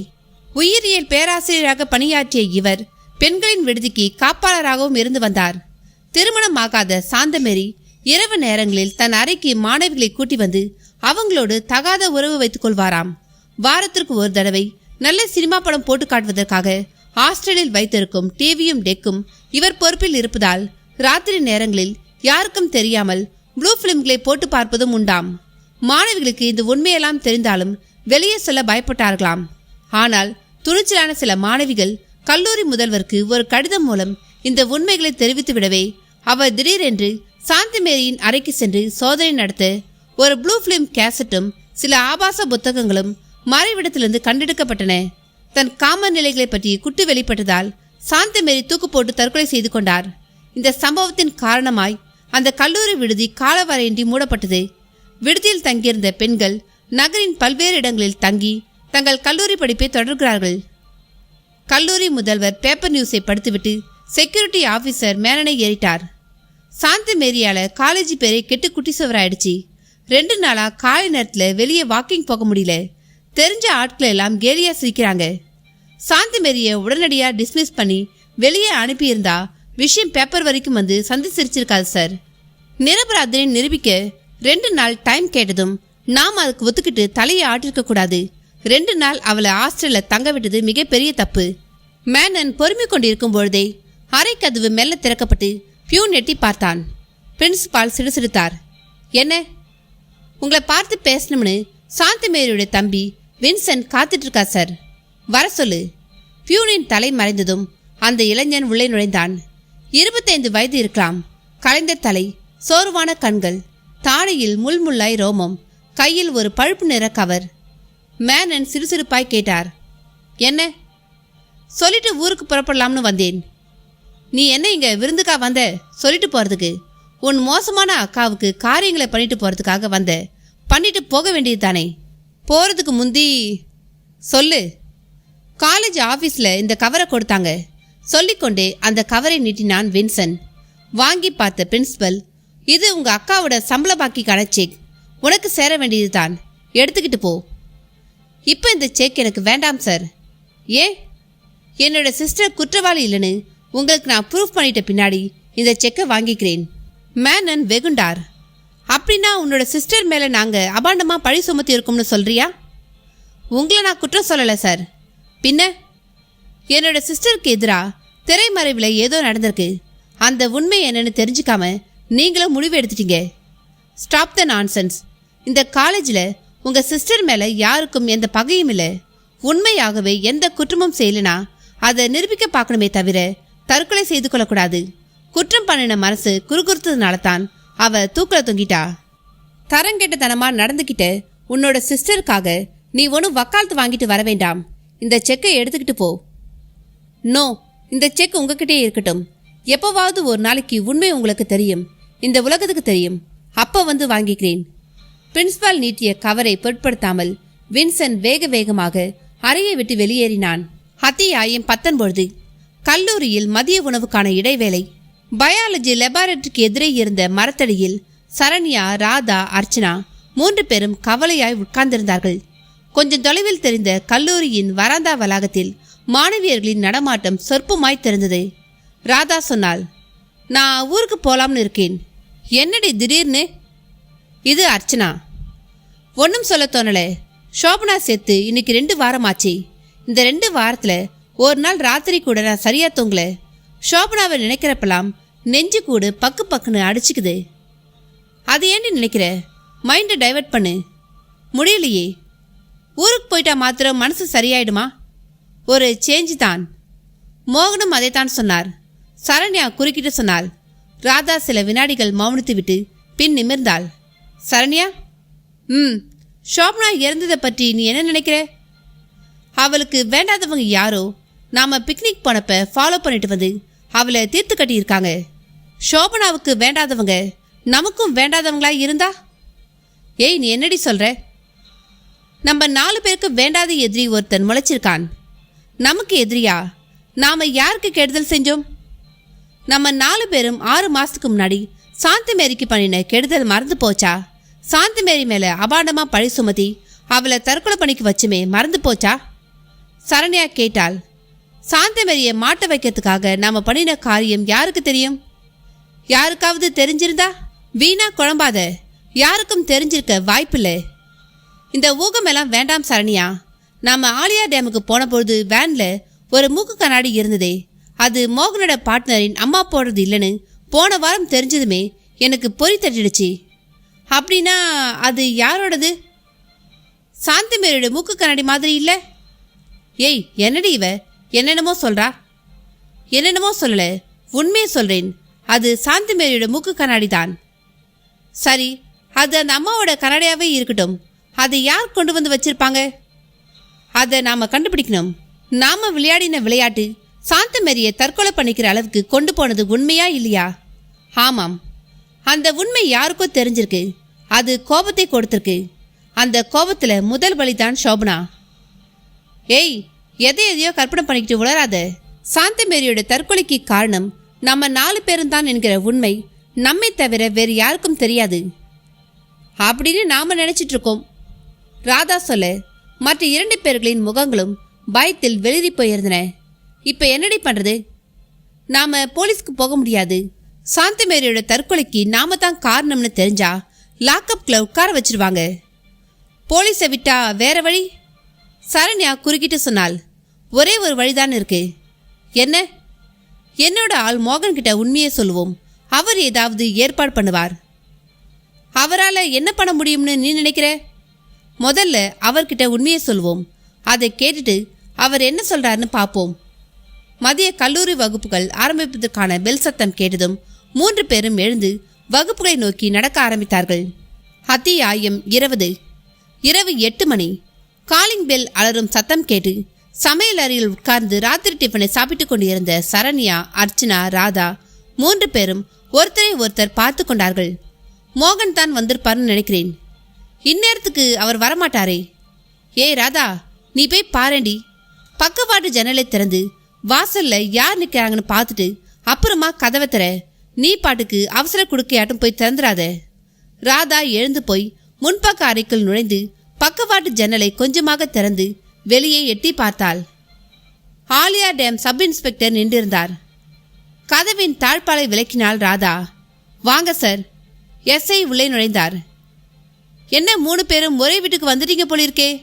ஆமா சார், சோபனாவுக்கு அப்படி ஒரு நிலைமை ஏற்படுறதுக்கு அப்புறம் தனியா இருக்கவே பயமா இருக்கு. கையை கழுவிக்கொண்டு சமையல் அறையிலிருந்து அர்ச்சனாவும் சரண்யாவும் வெளிப்பட்டார்கள். சோபனா கொலை விஷயமா யாரையாவது அரெஸ்ட் பண்ணியிருக்கீங்களா சார்? சாயந்தரம் ஒருத்தன் மாட்டினான். ஆனா எந்த அடிக்கும் அவன் பதில் பேசல. கோயம்புத்தூருக்கு கொண்டு வந்து லாக்கப்ல வச்சிருக்கோம். அவனை ஒருவேளை உங்க 3 பேருக்கும் தெரிஞ்சிருக்கலாம். நாங்க இப்ப ஸ்டேஷனுக்கு வரணுமா சார்? ஆமா, ஆள் யாருன்னு தெரிஞ்சாதான் மேற்கொண்டு விசாரணையை ஆரம்பிக்க முடியும். அந்த ஆள் தன்னோட பேரை என்னன்னு சொன்னா சார்? எவ்வளவு அடிச்சும் அந்த கல்லூரி மங்கன் வாயே திறக்கல. 4-5 தடவை மயக்கம் வேற போட்டுட்டான். நாங்க ரெடி சார். வீட்டை பூட்டிக் கொண்டு 3 பேரும் சப் இன்ஸ்பெக்டரோடு புறப்பட்டார்கள். வாசலில் ஜீப் காத்திருந்தது. ஏறிக்கொண்டார்கள். 3 பேரும் ஜீப்பின் பின்புற நீளமான சீட்டில் உட்கார்ந்து கொள்ள எஸ்ஐ ஜீப்பை ஓட்டினார். அது ரோட்டின் வளைவை திரும்பியதும் கேட்டார். மோகன் இப்ப வீட்டில் இருப்பாரா? இருப்பார் சார். அவரையும் கூட்டிக்கிட்டு போயிடலாமா? அவரும் ஸ்டேஷனுக்கு வரணும்னு நினைச்சா கூட்டிட்டு போலாம் சார். கோகலை வீதியில் ஹவுஸ் நம்பர் 14 சார். ஜீப் வேகம் பிடித்து சுபாஷ் நகரில் இருந்த கோகலை வீதியை நோக்கி போயிட்டு சரண்யா கேட்டாள். பிடிப்பட்ட ஆள் எப்படி இருக்கான் சார்? பார்க்கறதுக்கு காலேஜ் ஸ்டூடெண்ட் மாதிரி இருக்கான். ஒல்லியான உடம்பு வாகு. என்ன அடி அடிச்சாலும் வாயை திறந்து கத்தணுமே. எப்படி சார் அவனை பிடிச்சிங்க? பொள்ளாச்சி ரயில்வே ஸ்டேஷனில் படுத்து தூங்கிட்டு இருந்தவனை ரயில்வே போலீஸ் சந்தேகப்பட்டு எழுப்பி விசாரிச்சிருக்காங்க. பாக்கெட்டில் கத்தி இருந்திருக்கு. போலீஸ் விசாரிச்சுட்டு இருக்கும்பொழுதே தப்பிச்சு ஓட பார்த்தானாம். போலீஸ் மடக்கி ஸ்டேஷனுக்கு கொண்டு வந்துட்டாங்க. சோபனா கொலை செய்யப்பட்டதுக்கு அவன் தான் காரணமாக இருக்கணும்னு நினைச்சு விசாரிச்சோம். ஆனா அவன் வாயிலிருந்து ஒரு வார்த்தையை கூட வரவழைக்க முடியல. பேசிக்கொண்டே ஜீப்பை விரட்டி கொண்டிருந்த சப் இன்ஸ்பெக்டர் சட்டென்று வண்டியின் வேகத்தை குறைத்தார். இருட்டான அந்த ரோட்டின் குறுக்கே யாரோ நின்றிருந்தார்கள். பிரேக்கை அழுத்தி ஜீப் டயர்களை அரைத்துக் கொண்டு ரோட்டில் ஓரமாய் கிரீச்சிட்டு நின்றது. ரோட்டின் குறுக்கே நின்றிருந்த ஆள் பாய்ந்து வந்து டிரைவிங் சீட்டுக்கு பக்கத்தில் இருந்த சீட்டுக்கு தாவினான். முகத்துக்கு கருப்பு துணி. சப் இன்ஸ்பெக்டர் சுதாரிப்பதற்குள் அவருடைய கழுத்தில் உருவத்தின் கையில் இருந்த துப்பாக்கி பதிந்திருந்தது. சரண்யா, அர்ச்சனா, ராதா 3 பேரும் பயத்தில் அலற முற்பட உஷ் என்றான் அவன். யாராவது கத்தினா இந்த ஜீப்பிலேயே ரத்தம் சிந்தி பிணமாக வேண்டியதுதான். கப்பென்று வாயை மூடிக்கொண்டார்கள். அவன் சப் இன்ஸ்பெக்டரை பார்த்து உருமினான். ஜீப்பை ரிவர்ஸ் எடுங்க எஸ்ஐ சார். அவர் மௌனம் சாதிக்க துப்பாக்கியின் எஃகு முனையை அவருடைய தொண்டைக்குழியில் வைத்து அழுத்தினான். ரிவர்ஸ் எடுங்க. ஜீப் ரிவர்ஸ் எடுத்தது. லெஃப்ட்ல ஓடிங்க. ஒடிக்கப்பட்டது. எதிரே தெரியுது சால்டன் ரோடு. அதில் ஜீப்பை விரட்டுங்க. அதிக வேகம் வேண்டாம், மிதமான வேகம் போதும். ஜீப் சால்டன் ரோட்டை நோக்கி திரும்பியது. அத்தியாயம் 21. மின்சார விளக்குகள் அதிகம் இல்லாத சால்டன் ரோட்டில் ஒரு 5 நிமிஷ நேரம் பயணம் செய்த ஜீப் மரங்கள் அடர்ந்த கிளை ரோட்டில் திரும்பி ஒரு வீட்டுக்கு முன்பாக போய் நின்றது. பிஸ்டல் பேர் வழி தன் கையில் வைத்திருந்த ரிவால்வரால் சப் இன்ஸ்பெக்டரின் விழாவில் மெல்ல குத்தினான். இறங்குங்க எஸ்ஐ சார். சப் இன்ஸ்பெக்டர் இறங்கினார். அவரை தொடர்ந்து சரண்யா, அர்ச்சனா, ராதா வெளிரிய முகங்களோடு இறங்கினார்கள். காம்பவுண்ட் கேட் இருளில் திறந்திருந்தது. உள்ள நடங்க. 4 பேரும் உள்ளே நடந்தார்கள். வீடு சற்று பங்களாத்தனமாய் போர்ட்டிகோவோடு வந்தது. 0 வாட்ஸ் விளக்கு வெளிச்சத்தில் தொட்டிகளில் வளர்க்கப்பட்டிருந்த தாவரங்கள் அழுக்கு பச்சையில் தெரிந்தன. போர்ட்டிகோ படிகளில் ஏறினார்கள். வெறுமனே சாத்தப்பட்டிருந்த கதவு காற்றில் மெல்ல அசைய பிஸ்டல் ஆசாமி குரல் கொடுத்தான். கதவை தள்ளிட்டு உள்ள போங்க. போனார்கள். கதவு உடனே சாத்தப்பட்டது. ஹால் பெரியதாய் அரை இருட்டோடு வந்தது. ஹாலின் ஓரத்தில் ஒரு நாற்காலி போடப்பட்டிருக்க அதில் உட்கார்ந்திருந்த மனிதரை பார்த்ததும் அர்ச்சனா, சரண்யா, ராதா 3 பேர்களின் நெற்றிகளும் வியப்பில் மேலேறின. கல்லூரியின் செக்யூரிட்டி ஆபீசர் மேனன் சிரித்தார் கபடமாய். வாங்க. நாற்காலியை விட்டு எழுந்தவர் சப் இன்ஸ்பெக்டருக்கு பக்கத்தில் வந்து நின்றார். எஸ்ஐ உரிமினார். யார் நீ? எதுக்காக எங்களை இப்படி? மேனன் கையமர்த்தினார். எஸ்ஐ சார், இது என்னோட இடம். உங்க போலீஸ் தோரணையெல்லாம் அப்படி ஓரமா மூட்டை கட்டி வச்சிருங்க. இல்லனா துப்பாக்கியோட முதல் தோட்டாவை நீங்க தான் வாங்கிக்க வேண்டியிருக்கும். பிஸ்டல் பேர்வழியிடமிருந்து ரிவால்வரை வாங்கி கொண்டார் மேனன். எஸ்ஐயின் முதுகில் ரிவால்வரின் முனையை வைத்து தள்ளினார். அந்த சுவரோரமாய் ஒரு நாற்காலி போட்டிருக்கே, அதுல போய் உட்காருங்க சப் இன்ஸ்பெக்டர் சார். அவர் தயக்கமாய் நடந்து போய் உட்கார்ந்தார். மேனன் குரல் கொடுத்தார். டே ரத்னம். சார். வெளி காம்பவுண்ட் கேட்ட சாத்திட்டியா? சாத்திட்டேன் சார். போலீஸ் ஜீப்பை என்ன பண்ண? பங்களாவுக்கு பின்பக்கமா கொண்டு போயாச்சு. ஜீப்பை ரோட்ல யாரும் பார்க்கலையே. இந்த ஏரியா பகலிலேயே பாலைவனம். ராத்திரியில யார் சார் இருப்பா? சரி, டியூப்லைட் ஸ்விட்சை போடு. அவன் இடது பக்க சுவருக்கு போய் ஒரு சுவிட்சை தேய்க்க ஹாலின் மையத்தில் இருந்த டியூப்லைட் ஒன்று உயிர் பிடித்து கொண்டு வெளிச்சத்தை பரப்பியது. மேனன் கையில் இருந்த ரிவால்வரால் தன் கன்னத்தை தேய்த்தபடி சரண்யா, அர்ச்சனா, ராதாவை நெருங்கினார். என்ன அப்படி பார்க்குறீங்க 3 பேரும்? நான் உங்க காலேஜில் தான் செக்யூரிட்டி ஆஃபீஸர். இங்கே ஒரு வித்தியாசமான ஆசாமி. சரண்யா எச்சிலை விழுங்கி கொண்டு வியர்த்த முகமாய் கேட்டாள். சார், எதுக்காக எங்களை இங்க கொண்டு வந்திருக்கேன்னு கேட்குறியா? ஆமாம். 3 பேரும் கொஞ்சம் தலைகளை உயர்த்தி அண்ணாந்து பாருங்க. தலைகளை உயர்த்தினார்கள். ஹாலின் குறுக்கே ஓடிய இரும்பு கம்பியில் 3 தூக்கு கயிர்கள் சுருக்கிட்டு காற்றில் ஆடி அசைந்தபடி ஒன்றை ஒன்று பார்த்தபடி தொங்கிக் கொண்டிருந்தன. அத்தியாயம் 22. முகங்களில் இருந்த கொஞ்ச நஞ்ச ரத்தத்தையும் 3 பேரும் தொலைத்துவிட சுவரோர நாற்காலியில் உட்கார்ந்திருந்த சப் இன்ஸ்பெக்டர் பதட்டமாய் எழுந்தார். என்ன இது? மேனன் ரிவால்வரை திருப்பினார். எஸ்ஐ சார், உட்கார்ந்திருந்த நாற்காலியை விட்டு ஒரு அடி நீங்க அசைந்தாலும் சரி, உங்க மேல தோட்டா பாஞ்சிரும். எப்படி வசதி? சாகுறீங்களா இல்ல நாற்காலியில உட்கார்ந்துருக்கீங்களா? எஸ்ஐ தளர்ந்து போய் உட்கார்ந்தார். மேனன் அந்த தூக்கு கயிறுகளை காட்டியபடியே சரண்யா, அர்ச்சனா, ராதா 3 பேரையும் பார்த்தார். அது உங்களுக்காகத்தான். உங்க 3 பேருக்கும் இன்னைக்கு தூக்கு தண்டனை. இந்த தண்டனையை சப் இன்ஸ்பெக்டருக்கு முன்னாடி நிறைவேற்றி வைக்கிறதுல எனக்கு ஒரு சந்தோஷம். எஸ்ஐ உட்கார்ந்த நிலையிலேயே கத்தினார். அவங்களுக்கு எதுக்காக இந்த தண்டனை? மேனன் எஸ்ஐயை பார்த்து புன்னகைத்தார். நியாயமான கேள்வியை தான் கேட்டிருக்கீங்க. உங்க போலீஸும் கோர்ட்டும் நிரபராதிகளை எப்படி தண்டிக்காதோ அதே மாதிரி தான் நானும். இந்த 3 பேரும் ஒரு கொலை குற்றத்தை பண்ணியிருக்காங்க. அதுக்கான தண்டனை தான் இது. என்னது, கொலை குற்றம் பண்ணியிருக்காங்களா? எஸ். இந்த 3 பேர் மட்டுமல்ல, 15 நாளைக்கு முன்னாடி மங்கி பேலஸில் செத்து போனாலே அந்த ஷோபனா, அவளும் ஒரு கொலைக்காரி தான். அவளுக்கு தண்டனையை அப்ப அங்க கொடுத்தேன். இந்த 3 பேருக்கும் இங்கே தரப்போறேன். எஸ்ஐ அதிர்ந்தார். ஷோபனாவை கொன்னது நான் அனுப்பி வச்ச ஆள்தான். 4 பேரும் சேர்ந்து ஒரு கொலையை பண்ணினதாக சொன்னீங்களே, அப்படி யாரை கொலை பண்ணாங்க? என்கிட்ட கேட்ட இதே கேள்வியை அவங்க கிட்ட கேளுங்க எஸ்ஐ சார். இல்லை சார், நாங்கள் யாரையும் கொலை பண்ணல. இவர் பொய் சொல்றார். மேனன் சிரித்தார். ஒரு ஆயுதத்தால குத்தியோ துப்பாக்கியால சுட்டோ ஒருத்தரை சாகடிச்சா தான் கொலைங்கிறது இல்லை. ஒருத்தரை தற்கொலை பண்ணிக்க வைக்கிற அளவுக்கு ஒரு திட்டத்தை போட்டா கூட அது கொலைதான். சரண்யா, ராதா, அர்ச்சனா 3 பேர்களின் முகங்களும் வெளிரி போக மேனன் தொடர்ந்தார். காலேஜ் ப்ரொஃபஸராகவும் ஹாஸ்டல்ல வார்டனாகவும் இருந்த சாந்தமேரி தற்கொலை பண்ணிக்கிட்டதுக்கு காரணம் இந்த 3 பேரும். 15 நாளைக்கு முன்னாடி செத்துப்போன ஷோபனாவும் தான் காரணம். சாந்தமேரி இந்த 4 பேர்கிட்டையும் கண்டிப்பா நடந்துகிட்டதால இவங்களுக்கு ஆத்திரம் வந்தது. அதனோட விளைவு சாந்தமேரி ரூம்ல ஆபாச புத்தகங்களையும் கேசட்டையும் வச்சு அந்த அம்மாவை மோசமான நடத்தையுள்ளவளாக இவங்க சித்தரிச்சு காட்டினாங்க. அவமானத்தை தாங்கிக்க முடியாம சாந்தமேரி தற்கொலை பண்ணிக்கிட்டாங்க. நானும் கூட ஆரம்பத்துல சாந்தமேரியை பத்தி மோசமா தான் நினைச்சேன். ஆனா சாந்தமேரியோட தம்பி, என்னோட அக்கா தப்பு பண்ணிருக்க மாட்டாங்க.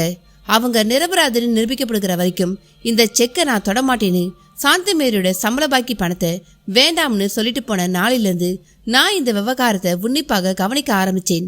சாந்தமேரிக்கு வேண்டாதவங்க யாரு, அவளால பாதிக்கப்பட்டவங்க யாருன்னு ஒரு லிஸ்ட் எடுத்தேன். அந்த லிஸ்டில் சரண்யா, ராதா, அர்ச்சனா, ஷோபனா இருந்தாங்க. இந்த 4 பேரையும் கண்காணிச்சேன். இவங்களுக்கு தெரியாதபடி பேச்சை ஓவர் ஹியர் பண்ணினேன். சாந்தமேரியோடைய தற்கொலைக்கு இவங்க 4 பேர் தான் முழு காரணம் என்ற முடிவுக்கு வந்தேன். தண்டிக்க நினைச்சேன். ஒரு ஆளை ஏற்பாடு பண்ணி மங்கி பேலஸில் சோபனாவுடைய கதையை முடிச்சேன். இப்ப இந்த 3 பேரையும் ஒரே நேரத்துல தூக்குல தொங்கவிட்டு அவங்க உடம்பு உயிர் இல்லாம ஊஞ்சலாடுறத பார்க்க விரும்புறேன். எஸ்ஐ 3 பேரையும் ஏறிட்டார். இவர் சொல்றதெல்லாம் உண்மையா? அந்த சாந்தமேரியோட தற்கொலைக்கு நீங்க தான் காரணமா? சரண்யா திக்கி திணறி சொன்னாள். நாங்க ஏதோ விளையாட்டுக்கு பண்ண போய் அப்படி ஒரு சம்பவம் நடந்துருச்சு சார். மேனன் கர்ஜித்தார். என்னது, விளையாடுனீங்களா? உங்க விளையாட்டு ஒரு உயிரையே பறிச்சிடுச்சே, இதுக்கு என்ன சொல்றீங்க? 3 பேரும் மௌனித்தார்கள். மேனன் தொடர்ந்தார். உங்களால் பதில் சொல்ல முடியாது. முள்ளால் தான் எடுக்கணும். சாந்தமேரி சிந்தின ரத்தத்துக்கு நீங்களும் பதில் ரத்தம் சிந்தித்தான் ஆகணும். சாந்தமேரியோட மரணத்துக்கு நீங்க 4 பேரும் பதில் சொல்லி ஆகணும்னு சூசகமாக உணர்த்தத்தான் மொட்டை மாடியில் காயப்போட்டிருந்த கர்ச்சீஃப்ல ரத்தத்தை தடவ சொன்னேன். மோகனுடைய மாருதி ஆம்னி வேனுக்குள்ள சாந்தமேரி அணியிற மாதிரியே மூக்கு கண்ணாடி ஒன்னை வாங்கி வச்சேன். அந்த முன்னெச்சரிக்கையெல்லாம் அலட்சியப்படுத்துறீங்க. இப்ப பதில் சொல்ல போறீங்க. 3 பேரும் ஒரே நேரத்துல சாந்தமேரி மாதிரியே தூக்குல தொங்கி உயிரை விட போறீங்க. அந்த கண்கொள்ளா காட்சியை பார்க்க போறேன். எஸ்ஐ மேனனை ஏறிட்டார். இவங்களை ஒன்றும் பண்ணிடாதீங்க. குற்றம் பண்ணினவங்களை தண்டிக்க கோர்ட் இருக்கு. அந்த கோர்ட்டை நான் நம்புறதில்ல. இந்த 3 பேருக்கும் நான் தண்டனை விதிச்சிட்டேன். உங்க முன்னிலையில் இந்த தூக்கு தண்டனைகள் நிறைவேற்ற போகுது. ரத்தினம் சார், 3 ஸ்டூல்களை கொண்டாந்து போடு. எஸ்ஐ சார், நீங்க உட்கார்ந்துருக்க இடத்தை விட்டு அசையக்கூடாது. இந்த 3 பேரையும் காப்பாற்ற நினைச்சு ஏதாவது அதிக பிரசங்கித்தனமா செயல்பட்டா தோட்டா உங்க மேல பாய போறத யாராலையும் தடுக்க முடியாது. எஸ்ஐ அசையாமல் உட்கார்ந்திருக்க ரத்தினம் 3 உயரமான ஸ்டூல்களை கொண்டு வந்து தூக்கு கயிற்று சுருக்குகளுக்கு கீழே போட்டான்.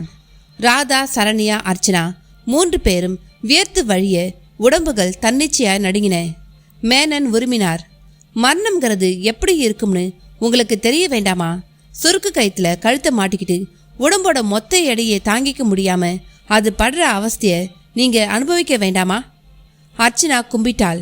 கண்களில் வருகிற நீரோடு குரல் தழுதழுத்தது. சார், எங்களை போலீஸ்ல ஹேண்ட் ஓவர் பண்ணிடுங்க. அங்கே அவங்க தர தண்டனையை வாங்கிக்கிறோம். Nothing doing. நம்ம நாட்டு போலீஸ் பத்தியும் சட்டத்தை பத்தியும் எனக்கு தெரியும். நீங்க பண்ணின தப்புக்கு நான் கொடுக்கறதான் தண்டனை. 3 பேரும் போய் ஸ்டூல்ல ஏறுங்க. ரத்தினம் சார், இந்த 3 பேருடைய கைகளையும் பின்னுக்கு கட்டு. கயிறுகளோடு காத்திருந்த அவன் வேக வேகமாய் ஒவ்வொருத்தின் கைகளையும் பின்னுக்கு மடக்கி கட்டினான். ஸ்டூல்களுக்கு தள்ளிக்கிட்டு போய் ஏத்து. முதலில் அர்ச்சனாவை ஸ்டூலின் மேல் ஏற்றி கயிற்று சுருக்கை அவள் கழுத்தில் மாட்டிவிட்டான். பிறகு சரண்யா, அதற்கு பிறகு ராதா. எஸ்ஐ உட்கார்ந்த நிலையிலேயே வீறிட்டார். மேனன், அந்த பொண்ணுங்களை ஒன்றும் பண்ணிடாதீங்க. அவங்க பண்ணின தப்புக்கு கோர்ட்டு மூலமா நான் தண்டனையை வாங்கி தரேன். சாரி எஸ்ஐ சார், சாந்தமேரி தூக்கு கயிற்றுல துடிச்சு செத்த மாதிரி இவங்களும் சாகணும். அதை நான் கண்குளிர பார்க்கணும். இவங்க 3 பேரும் செத்ததுக்கு பின்னாடி என்ன நீங்க கைது பண்ணலாம். ரத்தினம் சார், ஒவ்வொரு ஸ்டூலா தள்ளிவிடு. ரத்தினம் அர்ச்சனாவின் ஸ்டூலை நெருங்கினான். அத்தியாயம் 23. நோ என்று கிழிச்சிட்டு கத்திய அர்ச்சனாவின் உடம்பு மரண பயத்தில் நடுங்கியது. மேனன் பக்கத்தில் வந்து புன்னகைத்தார். ஏமா, சாகரத்துக்கு பயமா இருக்கா? எஸ்ஐ சிரித்தபடியே நாற்காலி நின்று எழுந்து வந்தார். மேனன், இவங்க 3 பேருக்கும் நீங்க கொடுத்த அதிர்ச்சி வைத்தியம் போதும்னு நினைக்கிறேன். இதுக்கு மேலேயும் பயமுறுத்தினா அந்த பயத்திலேயே உயிரை விட்டாலும் விட்டுடுவாங்க. ஒவ்வொருத்தருடைய மூஞ்சியையும் பாருங்க, என்ன ஜோரா மரணக்கலை. மேனனும் சிரித்தார். ரத்தினம், இவங்க கயிற்றுக்கட்டையெல்லாம் அவுத்து விடு. அவன் அவிழ்த்து விட அர்ச்சனா, சரண்யா, ராதா 3 பேரும் ஆச்சரியம் முறைந்து போன முகங்களோடு மேனனையும் எஸ்ஐயையும் மாறி மாறி பார்த்தார்கள். சார், இதெல்லாம்... எஸ்ஐ உதட்டில் இன்னமும் சிரிப்பு இருக்க அவர் தொடர்ந்தார். சோபனா கொலை விஷயமா ஒரு விசாரணை நடத்துறதுக்காக உங்க காலேஜுக்கு வந்து மிஸ்டர் மேனனை மீட் பண்ணிய பொழுது அவர் சாந்தமேரியின் தற்கொலையை பற்றியும் அந்த தற்கொலைக்கு காரணமானவங்க நீங்க 4 பேரும் தானே சொன்னார். நீங்க விளையாட்டா பண்ணின காரியம் எவ்வளவு பெரிய விபத்துல போய் முடிஞ்சிருக்குன்னு உங்களுக்கு உணர்த்த வேண்டாமா? சாந்தமேரிய மரணத்துக்கு தள்ளின நீங்க அந்த மரணம் உங்களுக்கு வரும்பொழுது எப்படி இருக்கும்னு உணர்த்த வேண்டாமா? அதுக்காகத்தான் மிஸ்டர் மேனனும் நானும் சேர்ந்து இந்த அதிர்ச்சி வைத்திய திட்டம் போட்டோம். 3 பேர்களின் முகங்களிலும் லேசாய் சிரிப்பு வந்தது. சார், அப்படின்னா சோபனா கொலை செய்யப்பட்டது? இன்னைக்கு காலையிலேயே ஆளை மடக்கிட்டோம். சோபனாவுக்கு ஒரு காதல் விவகாரம் இருந்திருக்கு. ஆரம்பத்துல ஒருத்தனை காதலிச்சுட்டு பணக்காரனா இன்னொருத்தன் கிடைச்சதும் பழைய காதலை மறந்துட்டு புதுசா காதலிக்க ஆரம்பிச்சிருக்கா. பழைய காதலனுக்கு ஆத்திரம். நீங்க ஆலியா டேம் புறப்பட்ட பொழுது பின்னாடியே ஃபாலோ பண்ணி வந்திருக்கான். ஆலியா டேம் பார்க்ல ராதாவை சோபனான்னு நினைச்சு தவறுதலா புதருக்கு இழுத்து கொல்ல பார்த்திருக்கான். அது ராதான்னு தெரிஞ்சதும் ஓடிட்டான். அதுக்கப்புறம் உங்களை ஃபாலோ பண்ணி மங்கி ஃபால்ஸில் குளிக்கும்பொழுது தண்ணீருக்கு அடியில் தம் பிடிச்சு காத்திருந்து சோபனாவை முடிச்சிட்டான். அவன் பேரு Krishna, music college student. Archana, Saranya, Radha 3 பேரும் தங்கள் கைகளை நீட்டினார்கள். சாந்தமேரியோட தற்கொலைக்கு காரணமான எங்களை கைது பண்ணுங்க சார். சட்டப்படி நீங்க வாங்கி தர தண்டனையை நாங்க ஏத்துக்கிறோம். எஸ்ஐ தலையாட்டினார். உங்களை கைது செய்யறது எனக்கு ஒரு பிரச்சனையே இல்லை. மேனன் உங்களை பத்தி சொன்ன அன்னைக்கு உங்க 3 பேரையும் கைது பண்ணியிருக்க என்னால முடியும். ஆனா உங்க பேரண்ட்ஸை நாங்க நினைச்சு பார்த்தோம். படிப்பு முடிச்சதுமே பொண்ணுக்கு கல்யாணம் பண்ணி பார்ப்போங்கிற சந்தோஷத்துல இருக்கிற அவங்கள உங்களை கைது பண்றது மூலமா காயப்படுத்த விரும்பல. இந்த சின்ன வயசுல நீங்களும் போலீஸ், கோர்ட்டு, ஜெயிலுன்னு போக வேண்டாம்னு நினைச்சோம். உங்க தப்ப நீங்க கொஞ்ச நேரத்துக்கு மரண வலியோடு உணரணும். சாந்தமேரியோட மரணத்துக்காக வருந்தணும்னு நினைச்சுதான் இந்த அதிர்ச்சி வைத்தியத்தை கொடுத்தோம். இனிமே இந்த விவகாரத்தை மறந்துட்டு ஒழுங்கா படிங்க, பாஸ் பண்ணுங்க. அப்பா அம்மா சொல்றபடி நடந்து கல்யாணத்தையும் பண்ணிக்கிட்டு சந்தோஷமா இருங்க. சார், கண்களில் நிறைந்துவிட்ட நீரோடு 3 பேரும் எஸ்ஐயையும் மேனனையும் பார்த்து நெகிழ்ச்சியோடு கைகளை குவித்தார்கள். என்ன நண்பர்களே, கதையை கேட்டீங்களா? இந்த கதையை பற்றி நீங்கள் என்ன நினைக்கிறீங்கன்னு சொல்லிட்டு கமெண்ட் பாக்ஸில் கமெண்ட் பண்ணுங்கள், லைக் பண்ணுங்கள், உங்கள் நண்பர்களுக்கும் ஷேர் பண்ணுங்கள். யாரெல்லாம் இந்த கதையை கெஸ் பண்ணியிருந்தீங்க? நான் மோகன் தான் இந்த கொலையெல்லாம் செய்கிறது மோகன் தான் நினச்சிருந்தேன். மோகன் கண்டிப்பாக சாந்தமேரியோட தம்பியாக தான் இருக்கணும் அப்படின்னு தான் நான் கெஸ் பண்ணி இருந்தேன். பட் என் கெஸ் தப்பாயிடுச்சு. எனக்கே இது ஒரு ட்விஸ்டாக தான் இருந்துச்சு. இந்த மாதிரி நீங்கள் யாரு கொலையாளி நீங்கள் நினச்சிங்க, இல்லை நீங்கள் கரெக்டாக கெஸ் பண்ணீங்களா? அதை மறக்காமல் கமெண்டில் கமெண்ட் பண்ணுங்கள்.